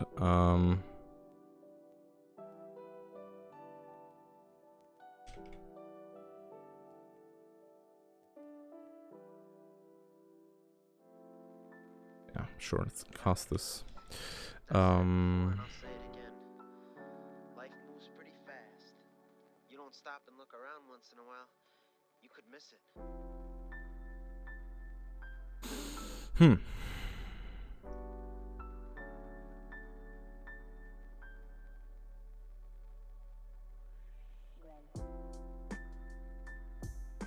Oh,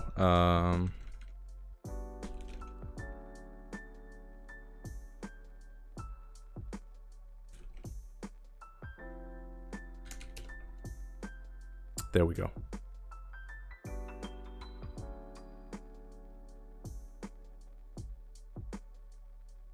Hey! And right at the bottom it should stop moving. There we go. Okay, so it does tick down. Now let's get a second one here, which is purple, and further down. So we should have a situation where one stops before the other and the other stops on top of it.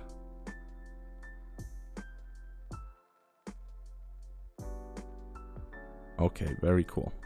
Exactly what I wanted. Now this is just the update for the movement.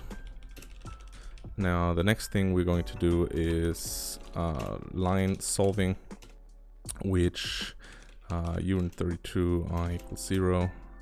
Actually, kind of want to iterate downwards again, but this time we do not need this check.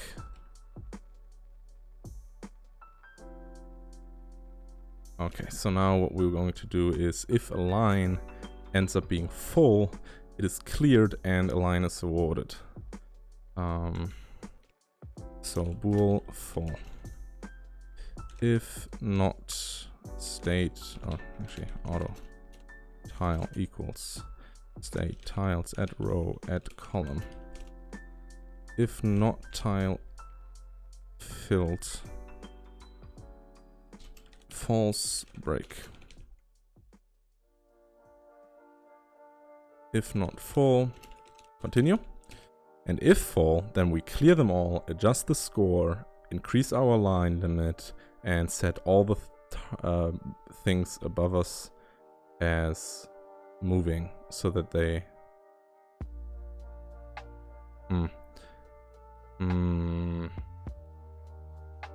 not as moving. We move the entire board down, right? Right.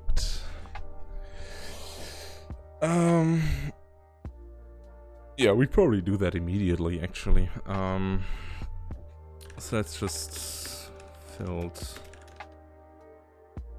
Okay, so what we're going to do here is going to hardcode this just a little bit. I'm not gonna hardcode it, I'm not an idiot.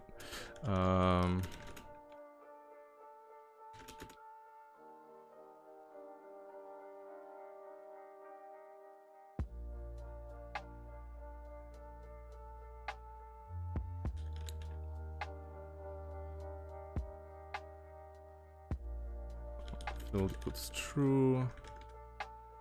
Moving equals true. And we're gonna make this 19 because that's the amount of things we have right now, and the color equals, I don't know, like a reddish tone. But the last one will be the something at the 9th column with which spawns, I don't know, somewhere above and gets a different color because it's cool and edgy, like so. And then this should fall down, and then eventually when it gets down it should print full.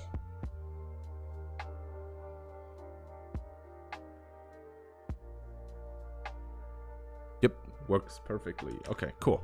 So now that the line is full, we can clear the line and then move everything down. So that works. I'm gonna keep this initialization.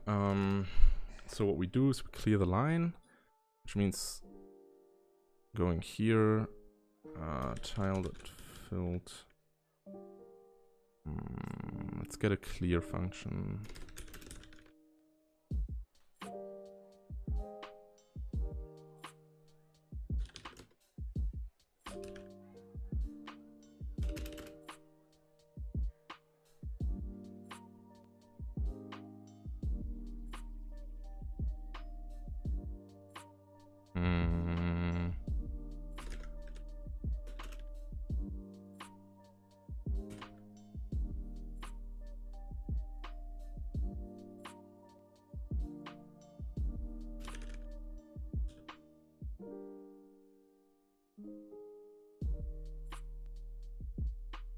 Then we swap this around in the swap function, which I'm going to write for convenience.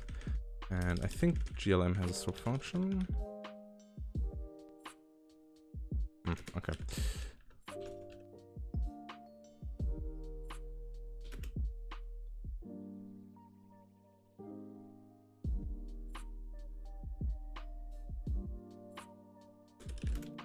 That's as quick of a swap as I can do right now from the top of my head. We take references, right? Yeah. Okay, so we had a clear here. Somewhere here.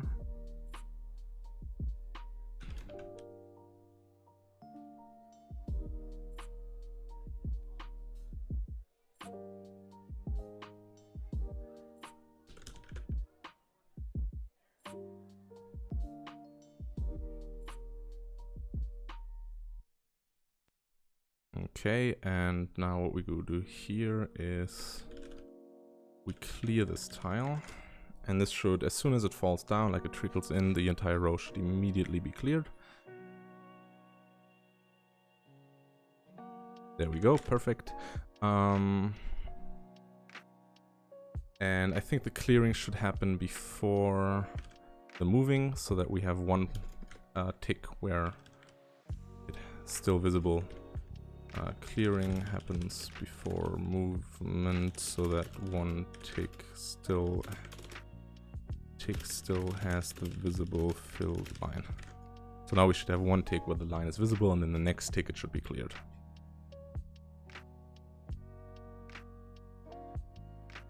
Perfect. Okay, now this solves lines, but it doesn't actually do everything. So we increase the state here, and then, I don't know, state score plus equals 50. I don't know. Let's just, I don't know how the score stuff works. Line count. Cleared line count, like so.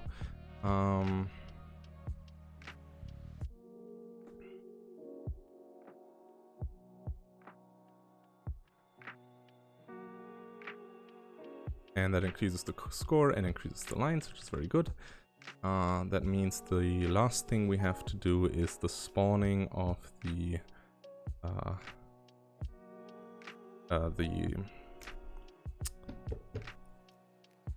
whatchamacallit, the moving tetromino type, and then the orienting of the tetromino type, I guess, which will there will be like one of those. This will be one of those situations where there will be some bugs which we will just leave in, even though we could technically fix it, which is the reorienting of the tiles when there is walls next to it. Maybe we'll fix it. I don't know. We'll have to see. So quickly going to cast this to in 32. And that means that we, after the clearing, also we still won't have any animations because I just don't think it's really applicable to the game jams we're doing here. So after the movement, if we are clearing a line, all other lines.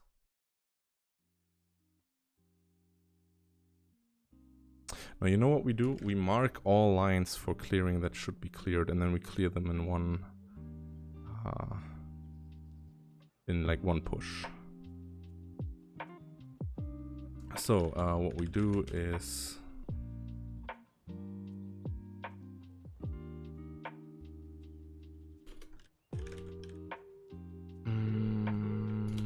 line info, remaining lines.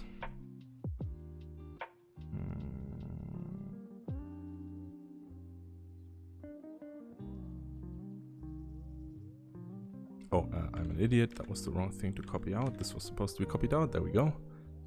And then the remaining lines.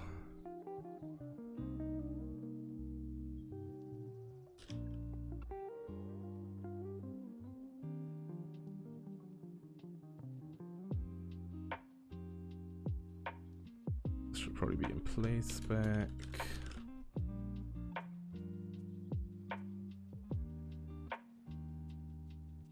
Okay, we also don't need to clear the tiles then, which means that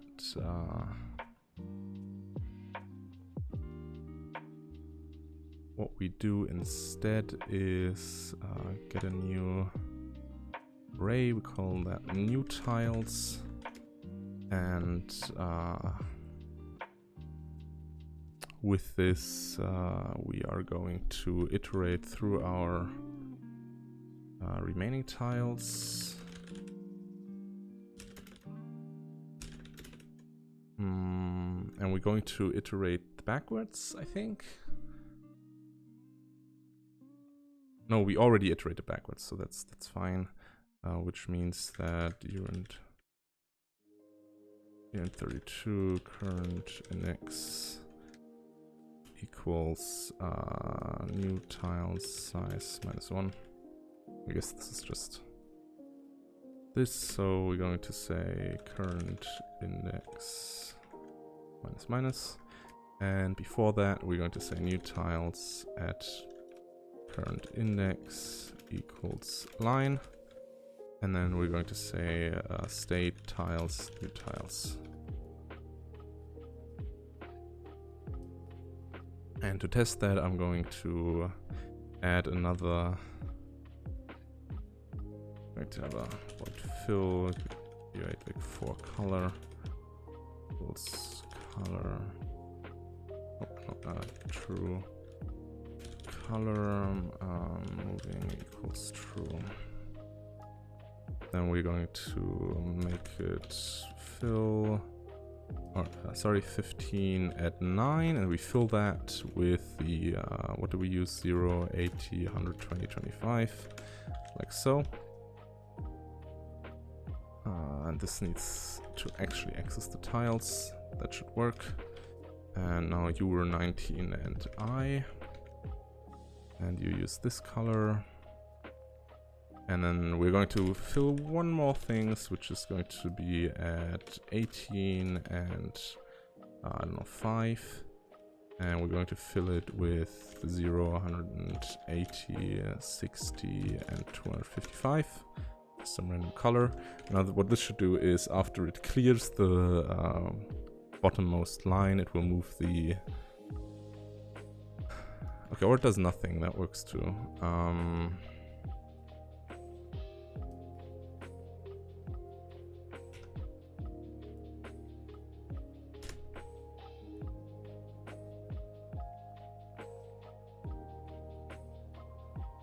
There we go. Okay, now this should move down.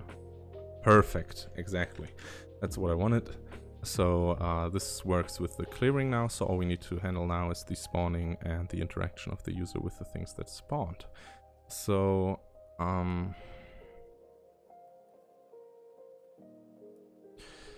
now what we're going to do is we're going to check if any tile is moving.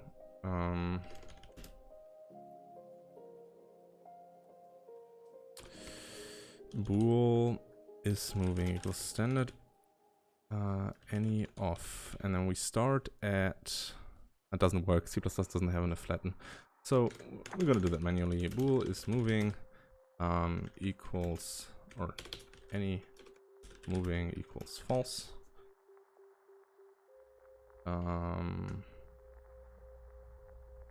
For un32i, nope. In32i equals 0, I smaller grid row. And then the same thing for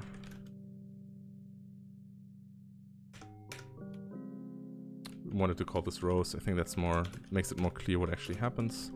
We go back to the columns, equals 0, column, that's too much.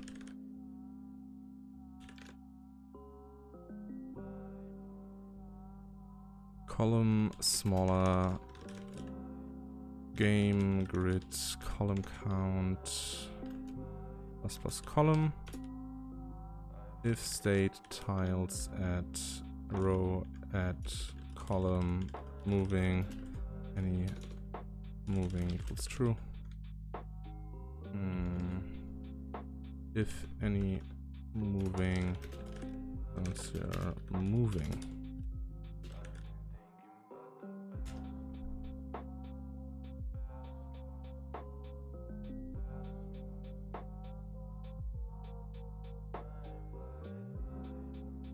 Perfect. So when nothing is moving anymore, we are going to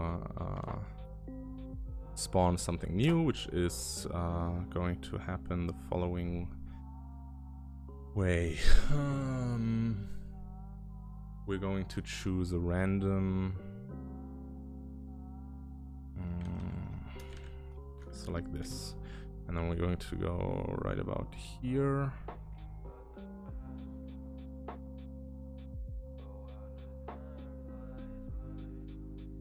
Okay, and then we're going to say that state.tiles at offset expose, oh, actually, for un32i equals 0, I smaller 4 plus I, tiles at position. What do you have already? Yeah, 1 second. After this, it will be a lot more complete, so we'll get there in a moment. So we have the positions dot second plus the offset. Why actually no, just like this, and we are going to use the first here. Positions at I dot. There we go.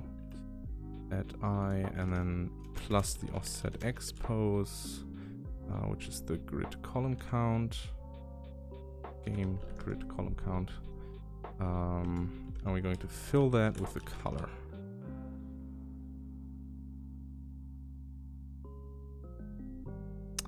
And now if this works the way I think it will, then we already have a playable Tetris game now. Unless I made a mistake, which I probably did. Okay, so it spawns a new one. I cannot move it right now, it just spawns it.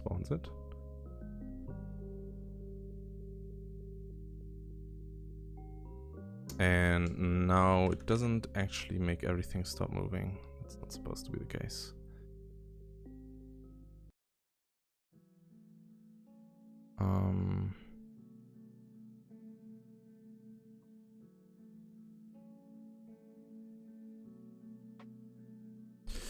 So what we're going to do is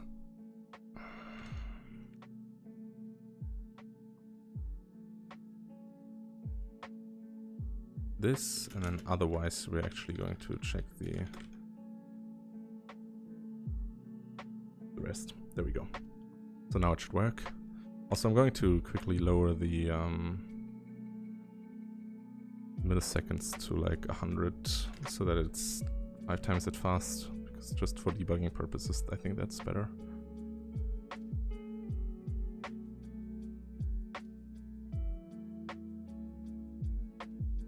Hey, that's funny. I created a different Tetris. Oh, it's cheating. Liar. It's not cheating, it's just it's beautiful. Look at it. It's building a tower.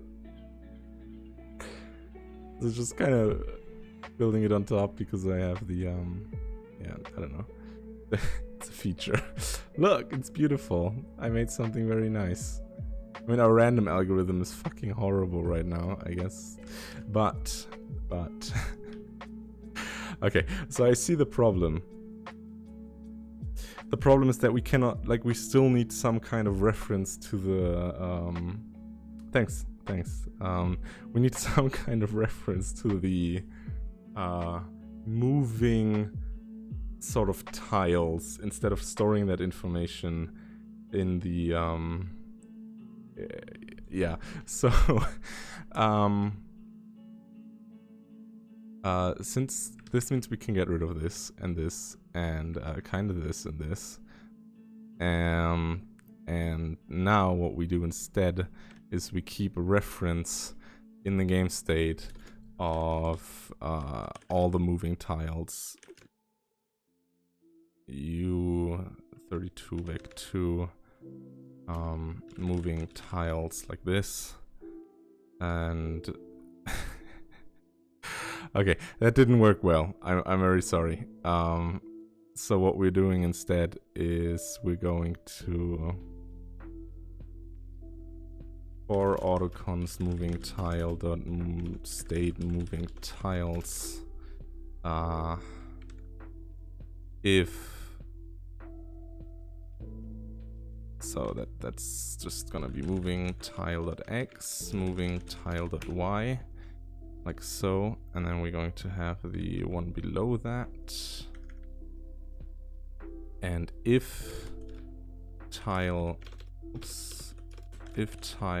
below dot filled. Also, this needs to be the other way around, like so. Gonna add the one here. Then we break and set some bool, and we're going to say that stopped moving equals false. Stopped moving equals true. If stopped moving, we're going to clear moving tiles clear. Like so, and the spawning should only happen if stopped moving. So now we can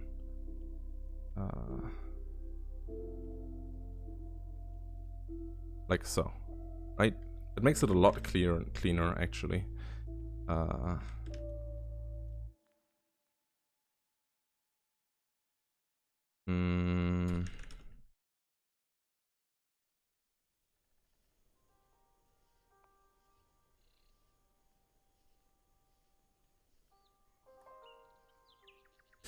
U32 vec 2 pose equals.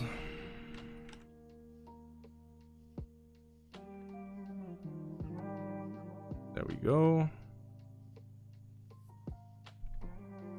And now you will use pose.y, pose.x, and you will need to be flipped around. And then we can just place back the position here, like so, and now it should work. Now it should work.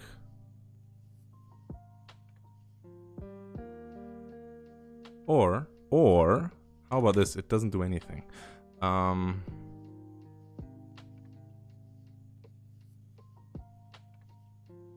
And the reason for that is because it didn't stop moving.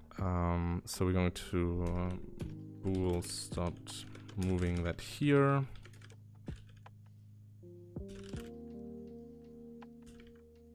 And we're going to use the state stop moving variable instead, so that we have some kind of control over it from outside this specific design. Could be or outside of the specific scope. And that means that, oh no, nothing moves anymore.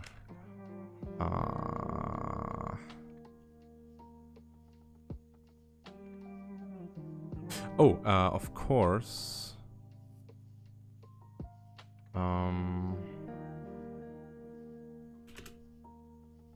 State moving tiles, and then we need to look up whether the tile we would be moving into actually does exist or not. So we're going to cbegin this, state moving tile cend, and we're going to use moving tile.y +1, moving tile.x. If iter not equals state.moving tiles.cend, then we can continue. It doesn't matter if we would move onto our own tile. Shouldn't stop moving because of that. And this is supposed to need a type. Okay, now this should work, if I'm not mistaken. Also, I need to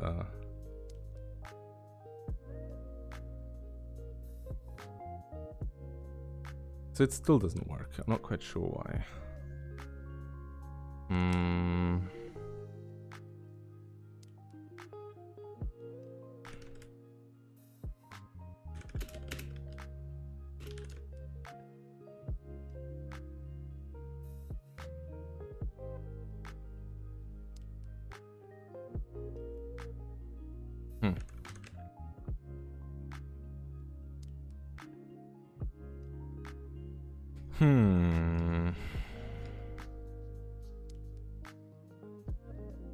Damn it.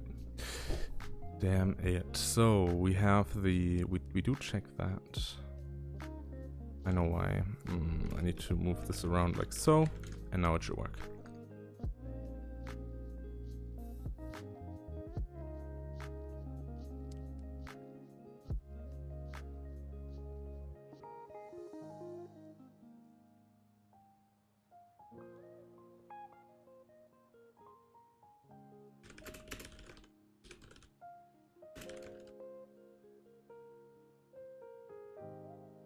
Oh, of course, this also needs to be false, or set to false, and now we can recompile. I think that will work well. Finally, at least. Okay, so now it just does nothing.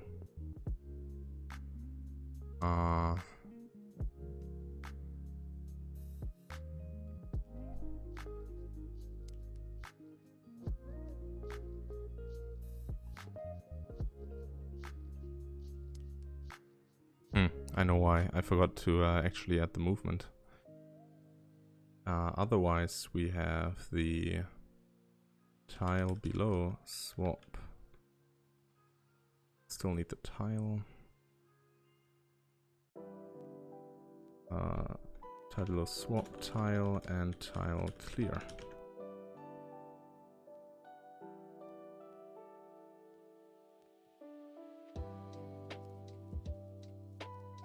Sort of, I guess. This will probably have some problems where we swap within... yeah, with this. This is the problem we have. Which also means that the moving tiles need to be changed.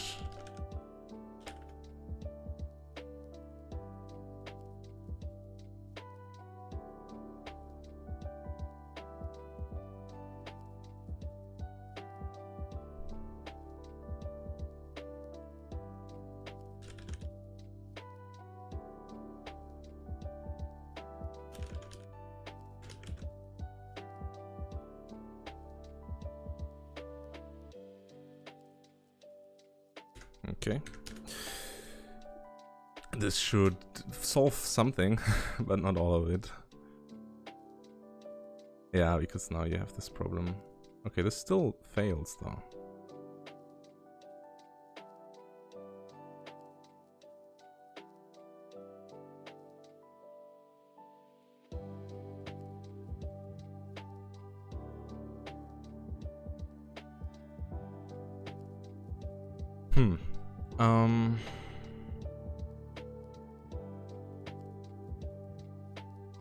So first of all, we cannot have the swap. We need to go from the bottom of the tiles to the top of the tiles.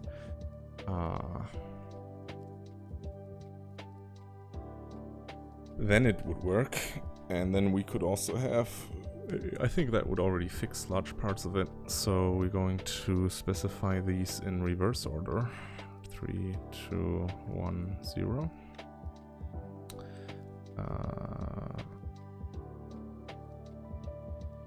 Means we go 1, 1, 0, 1, 1, 0, 0, 0. We go 2, 1, 0, 0. Yep. I said it before and This is tier 1, and you are 1, 2, you are 1, 1, you are 1, 0, and you are 0, 0, right? 0, 0, 0, 1, 1, 1, and 2, 1. Yeah, that works. And the triangle boy is 1, 1. And then it just goes 0, 0, 1, 0, 2, 0. This could already fix the issues that we saw, maybe.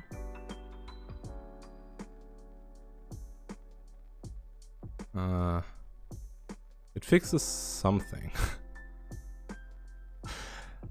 Doesn't fix everything though. So yeah, I mean, you know, things, I guess. Okay, so why do some of them get stuck?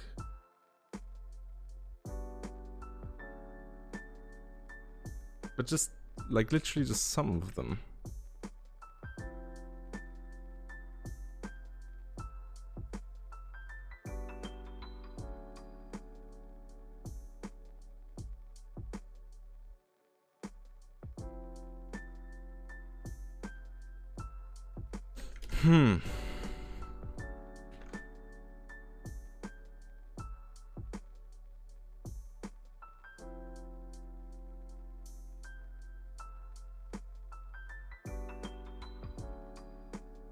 Okay, so I'm just quickly going to window, get is mouse pressed, take mouse button left so that I can only perform a tick if I click. And then I want to kind of have the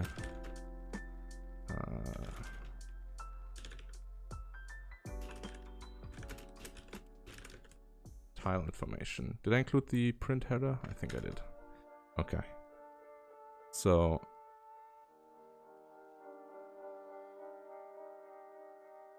click, spawns, next click. What? Okay, so we had 0, 1, 2, 3, 4. So 5 and 2 is correct, and then 4 and 2 also correct, and then 4 and 1 and 4 and 0. But afterwards, it just kind of gets rid of the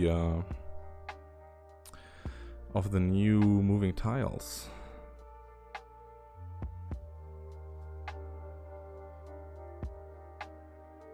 Oh, right.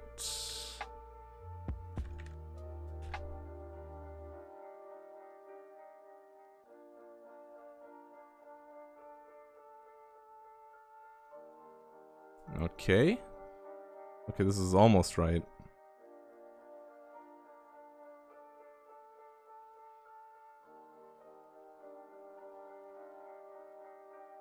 Okay, so this is almost right. Not quite though. We have some problems still.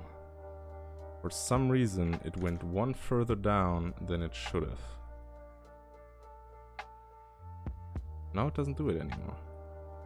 Maybe it's only with the specific thing? With the triangle thing? See if we can get the triangle.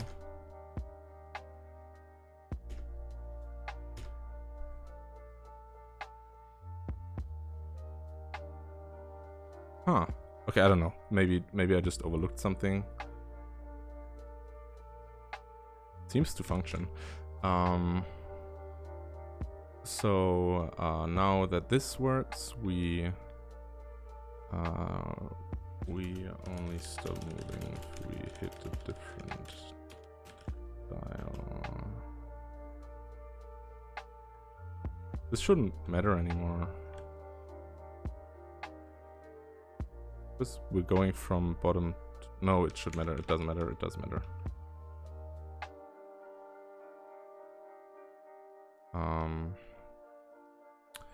We don't stop, like, we could be above another moving tile, in which case we should not be stopping movement, since that tile also moves one down. We're good. Okay, so that works in that direction. Now we need to handle the input, which is going to be pretty trivial if window is key pressed, tape key left. For bool can move left equals true if any off state moving tiles C begin, state moving tiles C end, or const.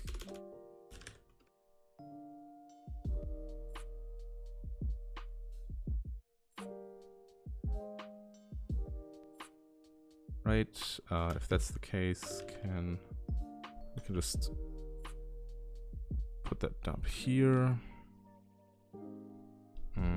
Equals none of.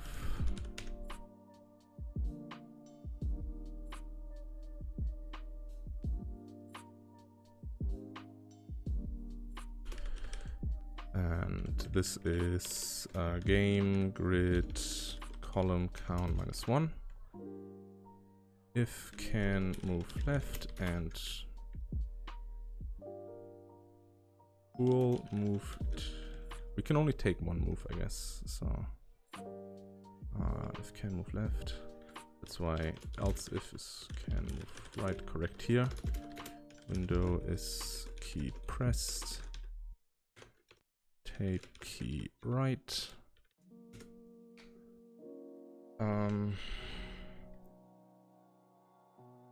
Also, this kind of needs to be and tile or state tiles at tile dot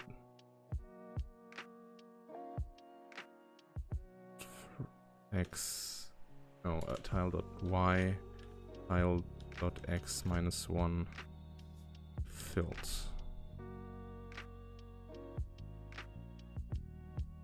And the same goes for this.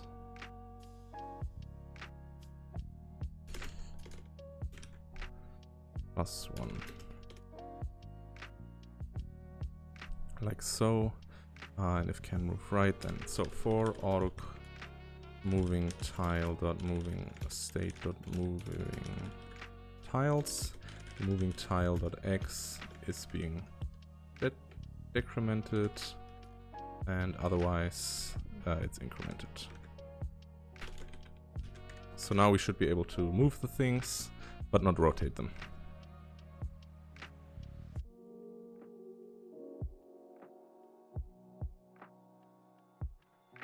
Or maybe not. So what we wanted here is current TP minus last tick TP larger than interval.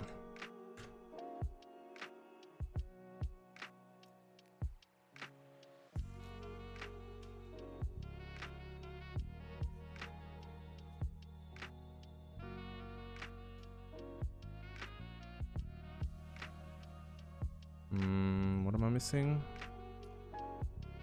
Oh, that was the wrong. We had up here. Yeah, right. Current TP minus last tick. TP larger than tick interval.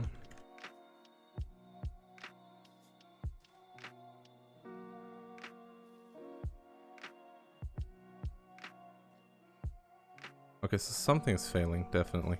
But what I'm wondering about is why the pressing doesn't work.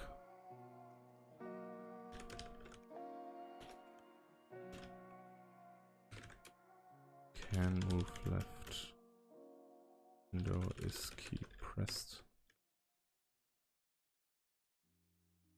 And I also want to get rid of the stray stitzy out statement that we have up here.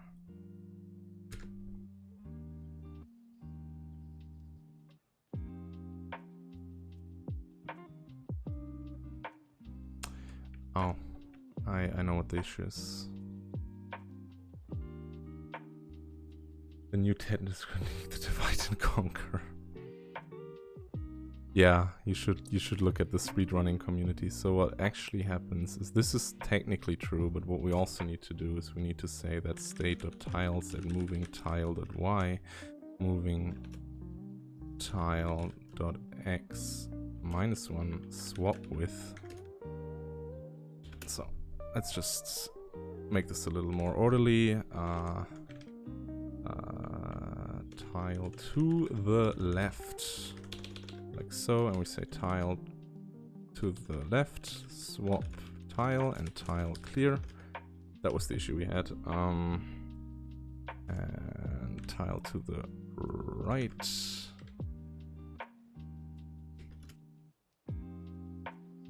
So this becomes +1, and you become ++. Right? Do you work now? Do you?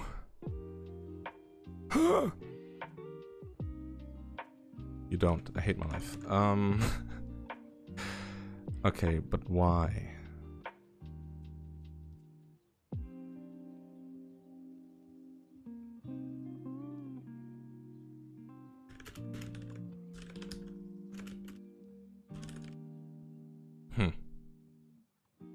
Can we even move left? Okay, apparently we can't do anything because I can't type.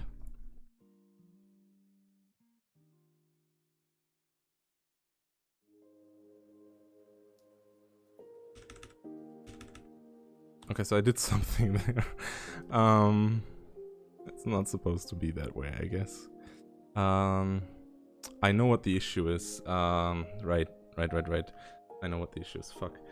So we have the swapping issue again, because we need to technically yes, Okay, so first of all, I know what the issue is. We only queue up commands for the next frame. So buo wants move, or enum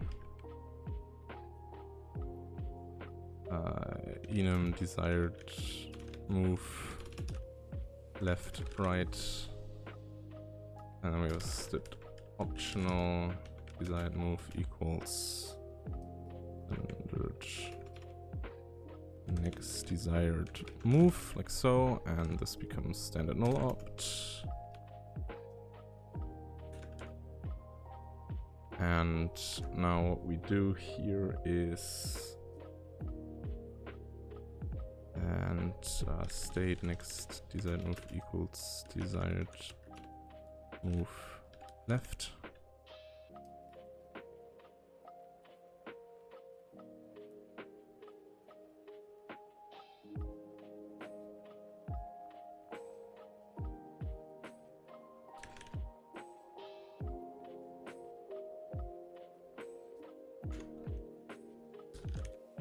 And then state next desired move becomes... This will be a little jarring, I guess.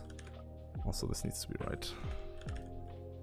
This will be a little jarring because it will be delayed, or like your moves will be delayed, but whatever. Does not have to be perfect. State next design legal standard not. There we go. Okay, so now it should always do the move, but it will still do the moves wrongly. Look, I can make it vanish. Beautiful. So, why do you vanish? Vanish.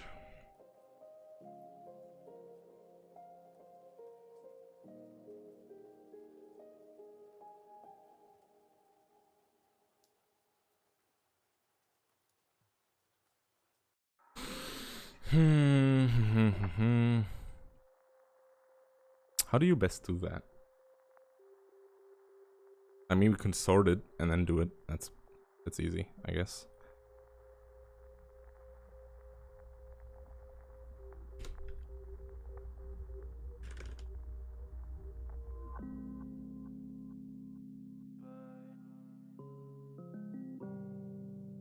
Does that even return something?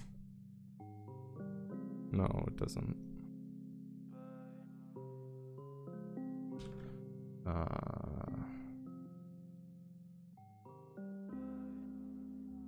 Left sorted equals state dot moving tiles, and then we sort this like so, and we sort it by left.x smaller right.x. Actually, I think this can be default sorted because it uses the operator between them, right?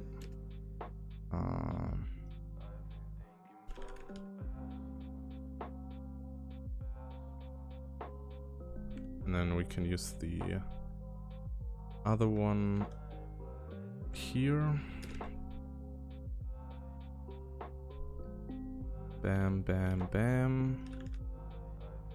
And then we use the left sorted ones here.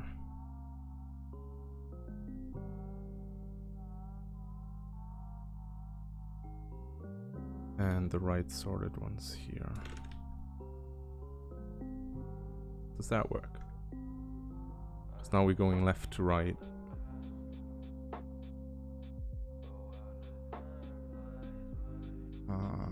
This argument has type const. Why do you have type const, huh? Where do you have type const? It's at the insertion sort, which we call here because.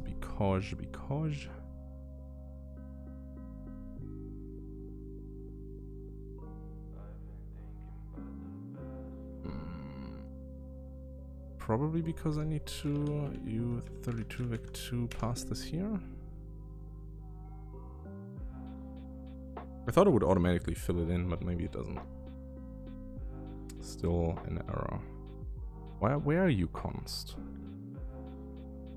Where is that? Oh. Imagine not being an idiot.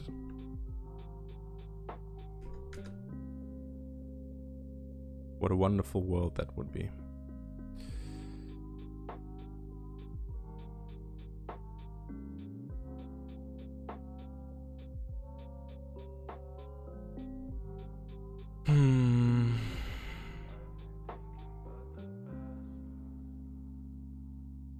Wait. Oh god damn it, they don't have comparison operator.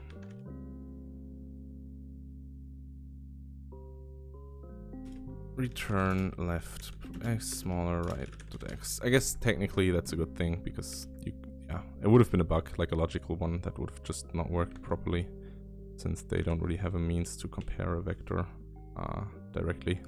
You could compare both components of the vector, but that's not what we want to do. We want to just compare the x component. Okay, so something's working, right? Right?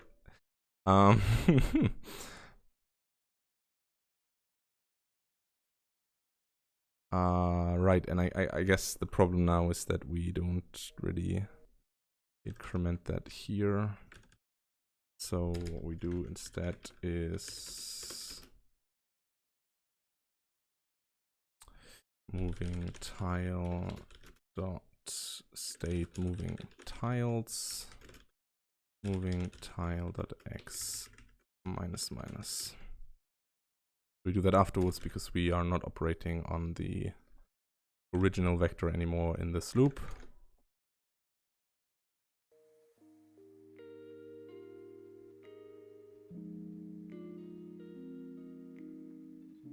Hey, okay, it crashed.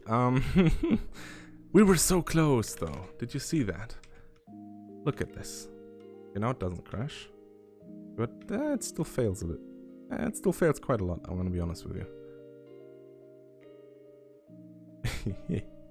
Okay, well, we probably need to rethink our approach here.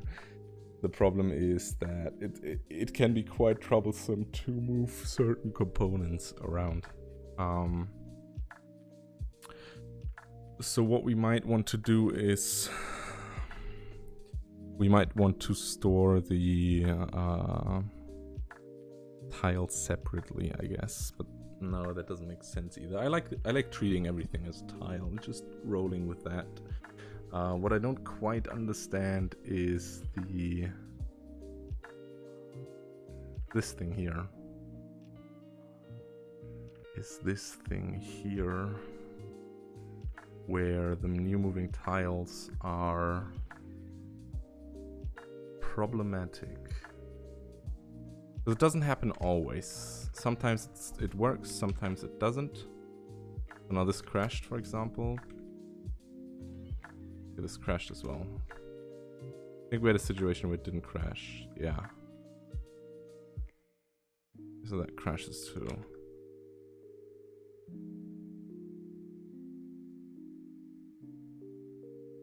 Because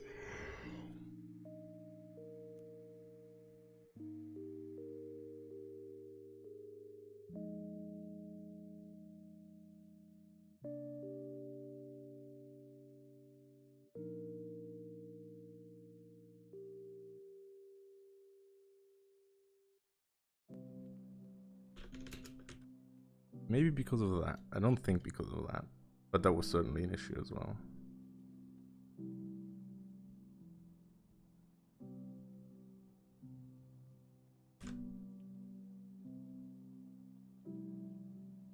Okay, I can see the problem now. So what we can do is we can trivialize that a little and say that we have a function here is moving 32 row, here 32 column, and then we return standard find moving tiles C begin, tiles C end, const tiler. My bad. We can just do u32 vec2 with column and row, like so. This can be const, and then we say not equals moving tiles C end, and then we use that if state is moving moving tile.y, moving tile.x, like this, and then we can go down here and say or state is moving tile.y.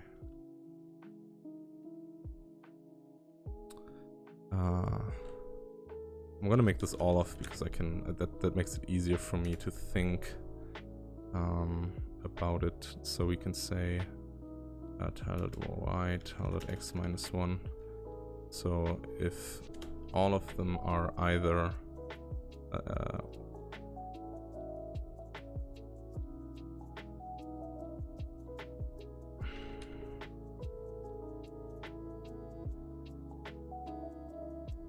and state is moving or not is filled. That's what we want. And then we change this here as well. And we make that a plus. And we make that a plus as well.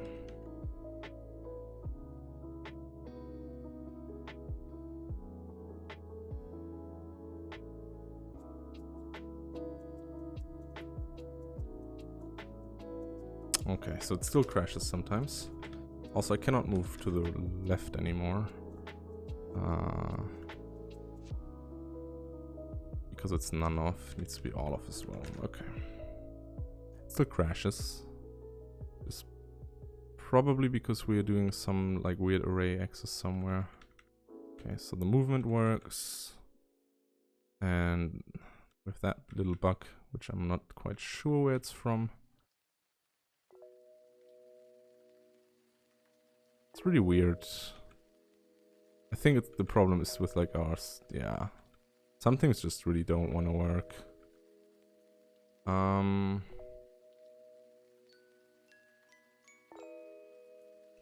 So the first thing I want to figure out is where we crash and why. For that I'm going to open up a separate IDE that actually has a functioning debugger, because the one I created just doesn't work for me.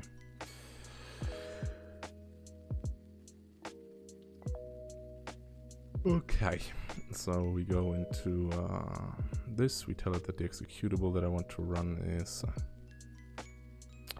we will need to reparse this. C-line is so fucking slow. It is horrible. I can smell my RAM dying because it just uses so much of it. Okay, so we want to run Tetris. Yes, we want to debug it. Click.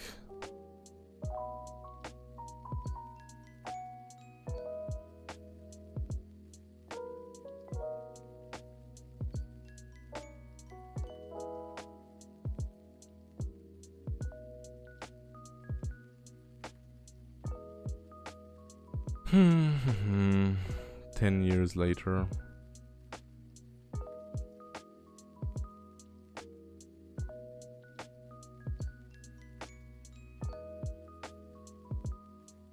Okay.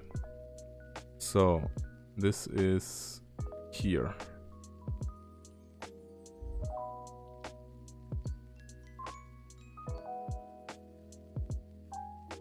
That makes sense. I can understand this error. So the problem is that without any check, we just access the tile below. So what we do is, if moving tile.y equals game grid row count -1 state stop moving equals true, and we break. Otherwise, we assign the tiles here and then do the rest of the comparisons. So that should get rid of the crashes.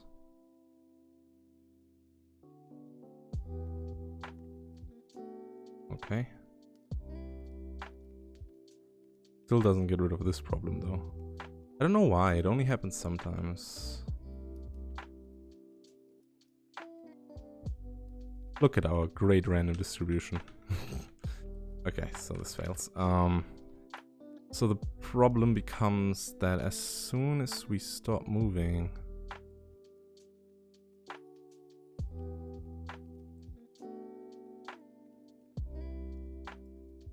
no, we always break.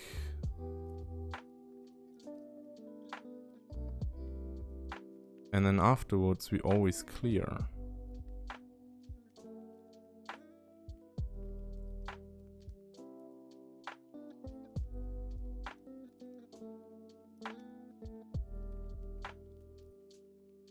And we don't access the moving tiles in here, do we? No, we don't.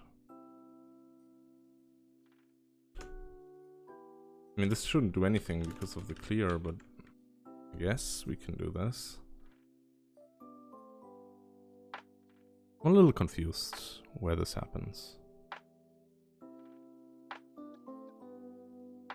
God damn, the random distribution is so terrible. Okay, so that just completely failed in every regard. Right, this fails because we need to do this with the right sort. Makes sense.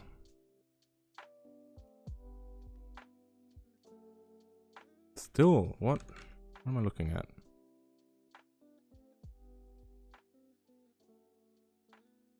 Oh, why?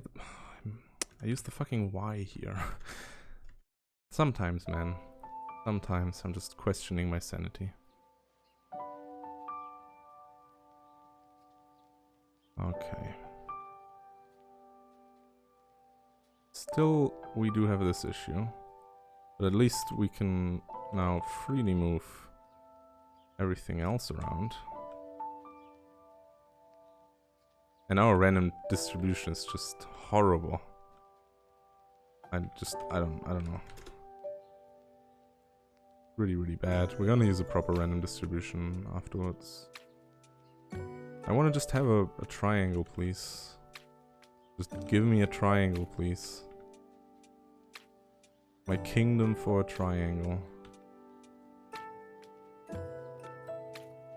We're gonna have to investigate this bug. Okay, just, can I please have a triangle? Thank you. Okay, so the triangle is fixed now.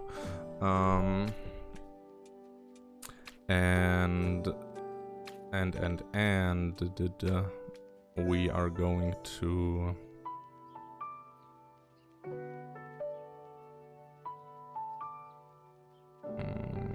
move this here and this here. Window is key pressed. Tape key left. This will get rid of the delay that we have during movement. But we can only ever do... Oh no, I think we can... No, we can't. No, we can.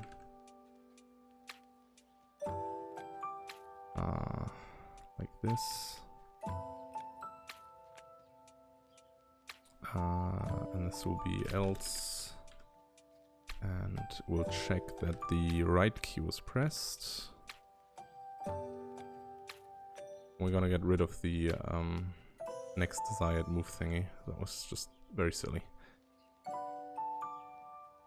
So now I should be able to move this without any delay.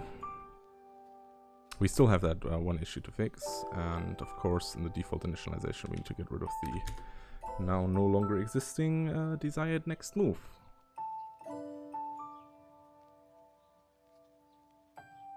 Yeah, look at that. I can move as much as I want.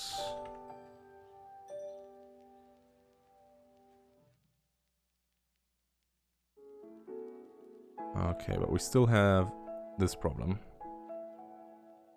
It only seems to happen with things that are further at the right than with anything else. So, the code probably... Oh, I have no idea why this happens.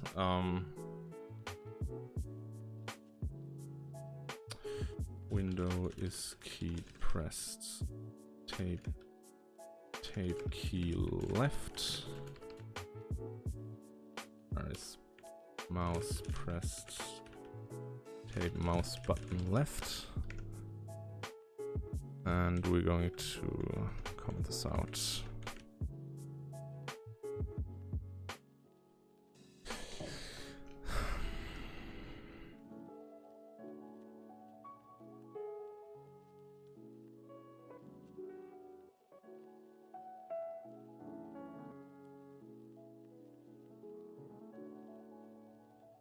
Can test whether this works now. It does. So on the left here, this works fully, but on the right here, this goes one to further down than it should, which is weird. So let's see what happens. We go through all the line solving.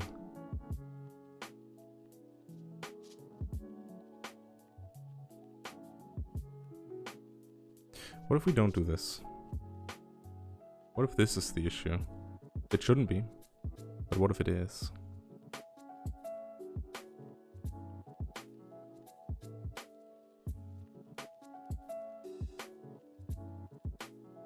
No, that isn't the issue. Still happens. So...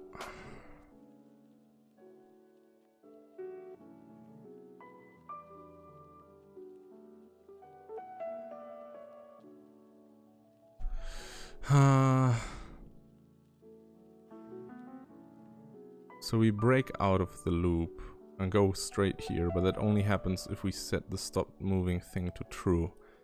And only if the stop moving thing is set to false do we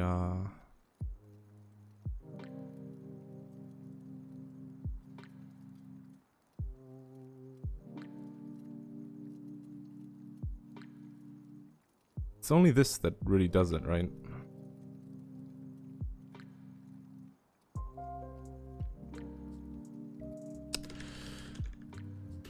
Stopped moving. We're gonna ignore the one further up right for now. Swapping. Because this should never happen. Because we always, like, if we stop moving, then that's it. That's as far as this will go.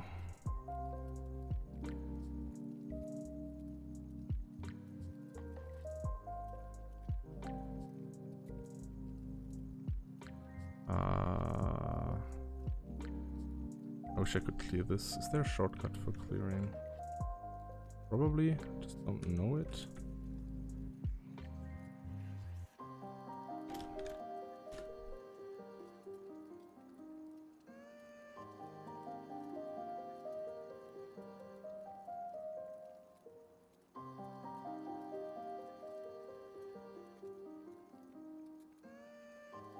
Ctrl Shift Delete. There we go. Okay. Good.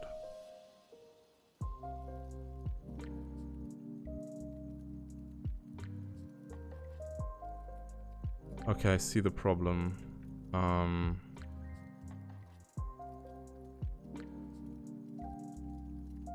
see the problem.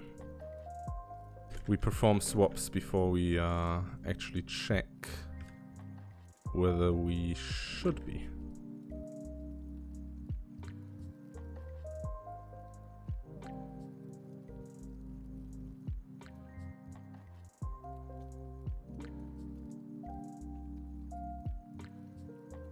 Like this, and that should finally fix the issues we had.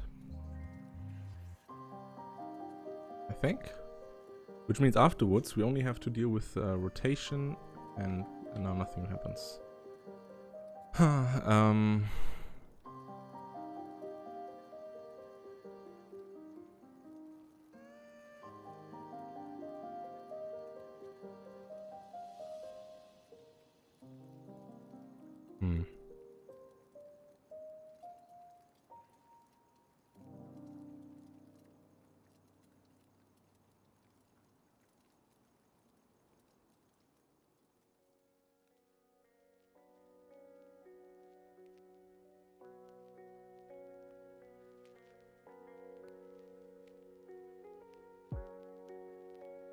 Once more.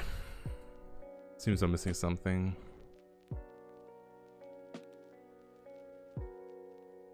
Okay, yeah.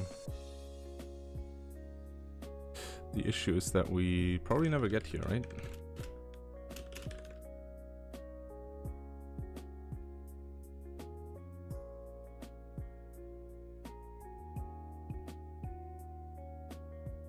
No, we don't. Means we never stop moving.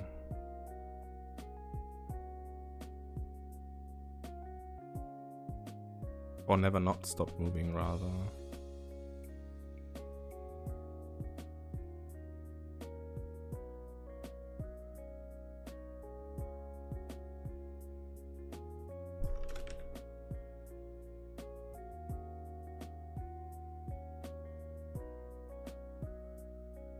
Like this, we had some bugs there. I think this is correcter.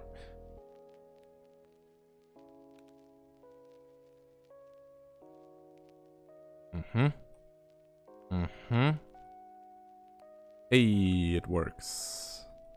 Nice. So now, apart from rotations and detecting when we've lost, this is already and of course a better random algorithm. This is already playable. Now rotation is going to be interesting, to say the least. But I'll have to see if we tackle that today. Or maybe we will, I guess. It could be nice for a fully featured thingy.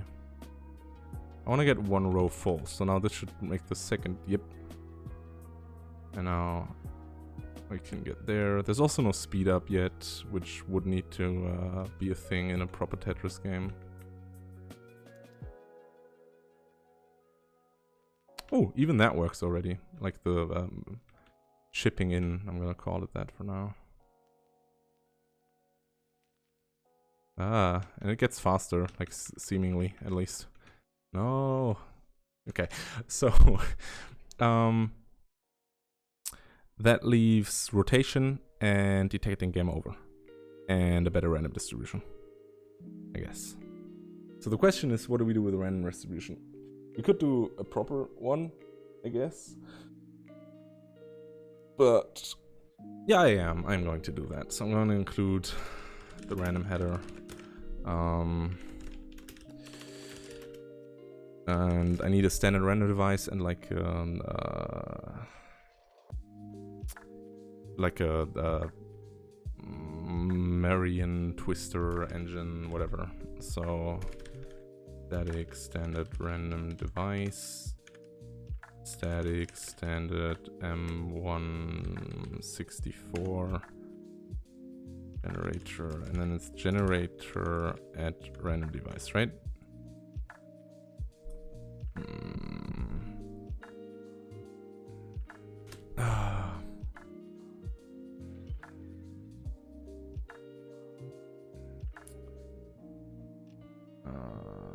Standard Mersenne twister. Let's see. Okay, how do we use this?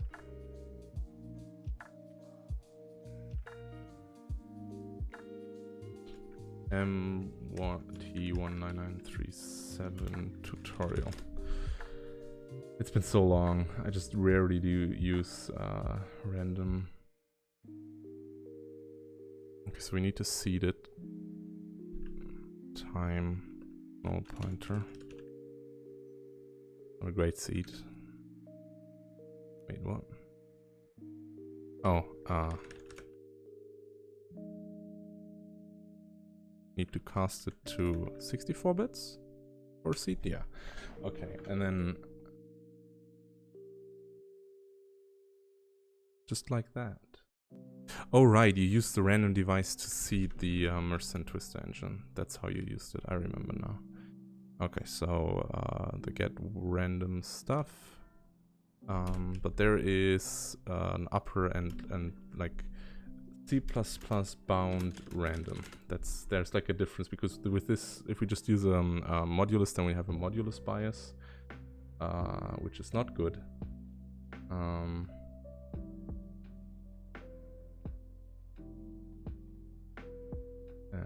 What? C++ bound random number. There we go. No. There we go. Okay.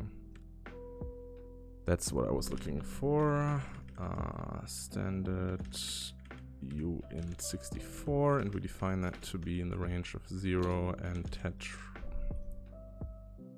index. And then the distribution will use the random generator like so. I'll make that static too. And this should be a lot better in terms of randomnality.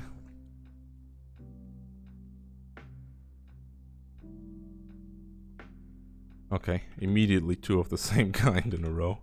That's randomness for you. Again, two of the same kind. I'm not very happy with this. Gonna be honest with you. We haven't seen a single L. What are the odds? I don't know. this truly random? Like, I mean, that's the problem with true randomness, right? It could be truly random. It could also be complete garbage. Yeah, okay.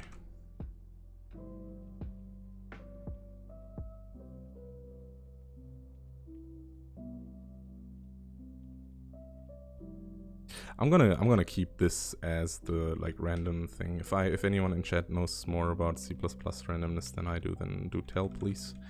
I would be very keen to know more. Because I honestly might have made a mistake there. Just don't know where I would have done that. Wait, we already have 2 lines?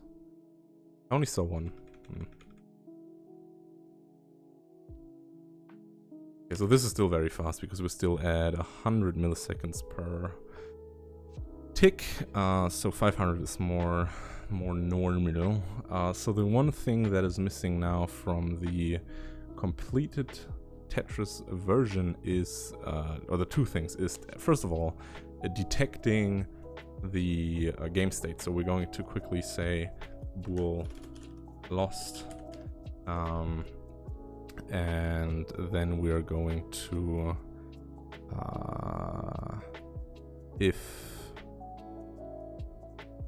where was the generation?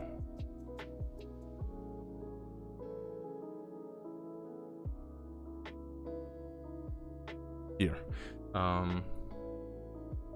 If state tiles at pose y at pose x filled, state lost equals true.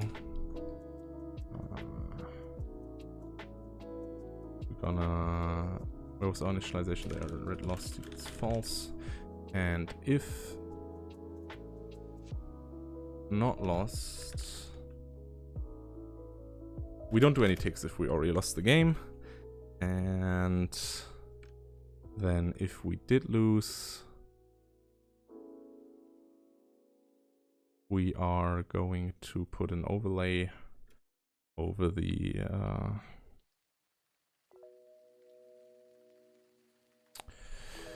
game board, which is happening. That's the play area. This is where it stops. So right here, we're going to have another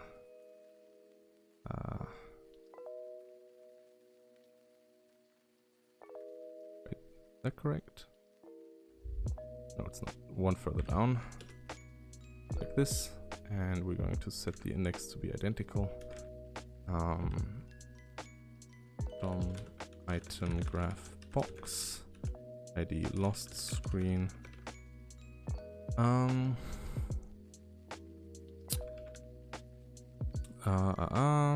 We are going to initialize this here. And like so. And in this box, we are going to lost screen. We're going to assign this. We're going to set min width to 100% and the min height to 100%. Then we are going to lost screen set background, graph solid fill, like 200, 200, 200, and 128. And then in that box, we're going to have a graph. Capture the DOM. Item graph label, ID lost label, and we're going to initialize that to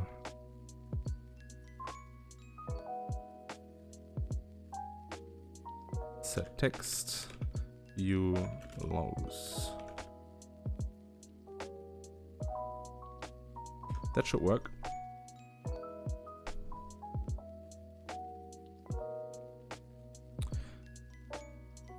So this should detect whether or not we lose or not, whether or not we lost the game. You lose, but it's not quite right. It's not bad, but it's not what I want. So first of all, the lost label will have a different text color. It will use black It will also have a bigger set font size of like 48. And now the problem I have is it kind of spans the wrong thing. And that is because we are in the wrong thing. We are one too far down, I think. Because we were in the box, in the background box instead of the grid.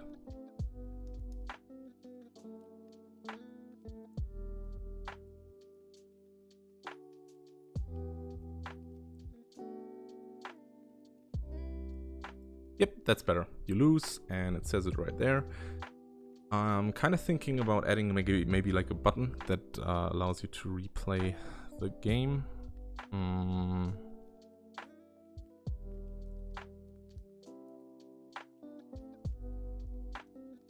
Maybe. Void setup.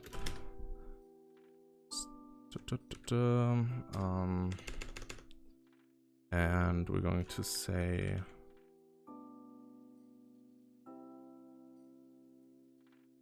why does this not work?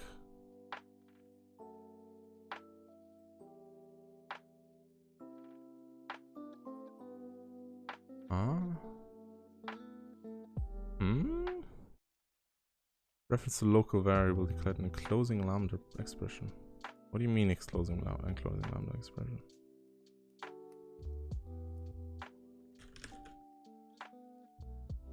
It's not a lambda, it's a function.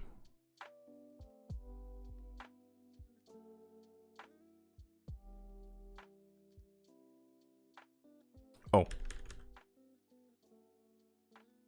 My bad.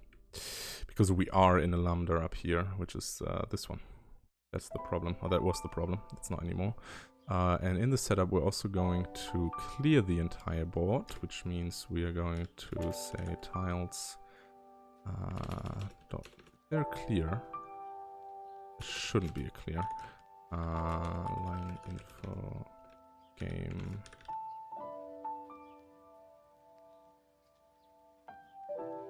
So now this resets it, and we can have a button in the lost screen here. DOM grid item have grid layout.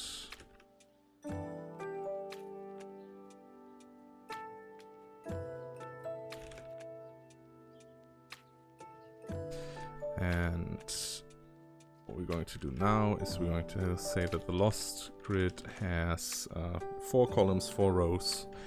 So we have set columns. We have 0.0f.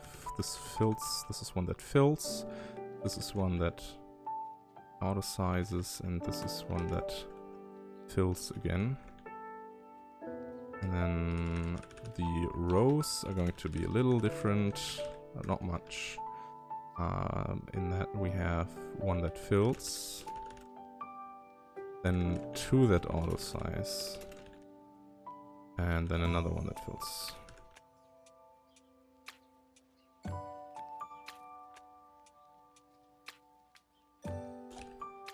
Column index is 1, and row index is also 1. You can auto size, and then we have another item in here that is a button. Replay button. Just a little touch, to be honest. Not really necessary for the game itself, but try again. And this is gonna have row index 2. If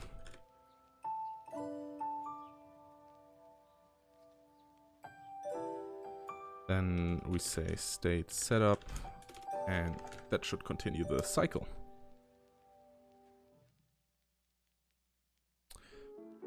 Tape mouse button left.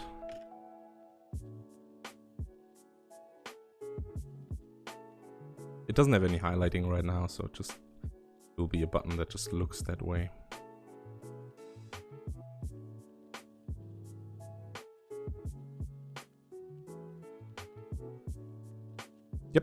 Now we have a replay button. One that looks very bad, but still. So now we kind of want to get rid of this.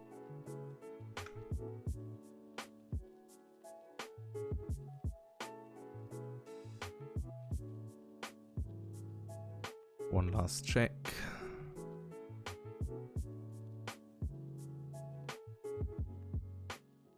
Yep, I think this looks okay. The you lose one is not very good.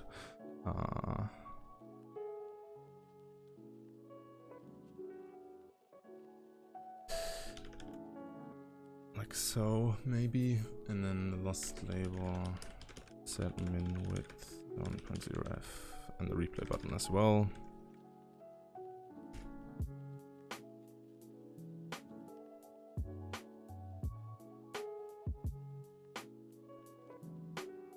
Okay.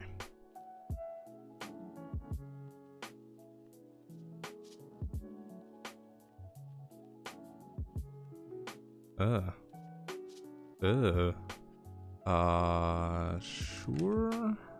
Let's go back to making this auto resize. I think I know what the problem was. The problem was that the button was larger than the label, and then the label didn't use all the available width, so it didn't align properly in the center. And it still doesn't, goddammit. Yeah.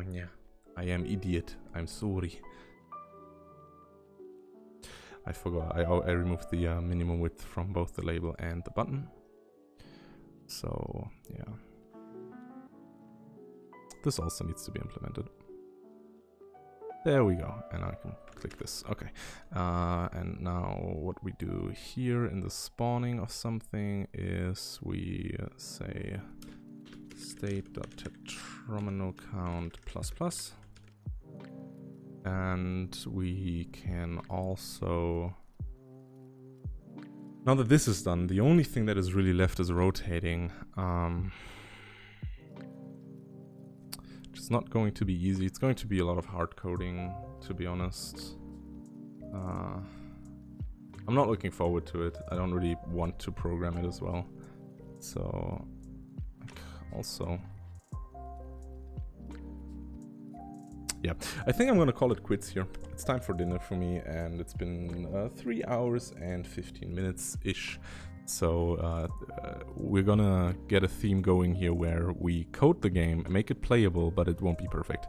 So the only thing remaining is a bit of cleanup. So one thing, for example, that could be cleaned up, but this is really minor, is that when the last item spawns, this thing here, it shouldn't spawn. It should just immediately go to being an error, or maybe it goes like starts all the way here, or maybe we spawn the things at a negative offset, and stuff like that would probably be done in a proper release if I wanted to get this like on Steam or mobile or whatever. Rotating is definitely the biggest thing that we didn't implement. It's not hard to implement, it's just a lot of hard coding, the different rotation values that you can have for the different things. So if we're in a horizontal position, we rotate to the right, then it goes that way, and so on and so forth. So definitely doable, but it's like 200 lines of code that are really uninteresting to code in the end. And I think we'll do like a little, maybe when we're done with the first season of the series, we can go over all the projects once more and just clean them up to when Graphite is in a better state as well, so we can have stuff like animations and all that good stuff.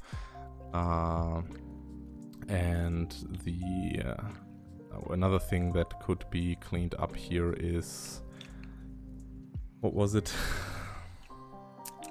I forgot already. There was one more thing I wanted to clean up. Let me just look at this one more time. Oh yeah, the increment, like right now this is very fast, so in normal Tetris you would probably start at a speed of, let's say half a second per tick. So in normal Tetris it would probably go at a speed roughly this fast, right? This is how you start out, and then one thing we didn't implement is if you press the down key, then then it goes faster, or like every time you press the down key it goes faster. That is trivial to implement, but not very important to me. But one thing we definitely could have implemented is that this speeds up, and I'm not sure how normal Tetris speeds up. I think every time you get a line it speeds the whole thing up, and we could technically implement that, but to test it we would need to definitely implement rotation, because for me, like I'm a Tetris god.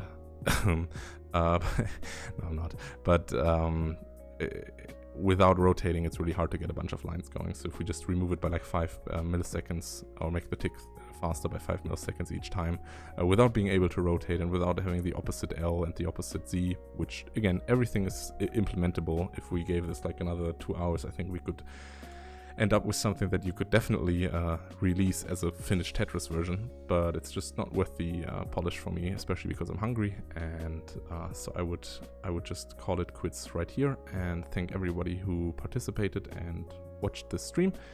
We will be back next week with another project that we will half-ass, and I hope that I can see some of you there. I know there's not many people in chat, but to everyone that is, it means a lot for me to be it means a lot for me for you to be here. Lazy coder can't recreate Tetris. I'm gonna upload it.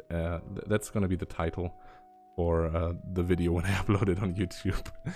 So right, and thank you everyone. Have a nice remaining Sunday, and I'm gonna get some dinner because I'm really hungry. Goodbye.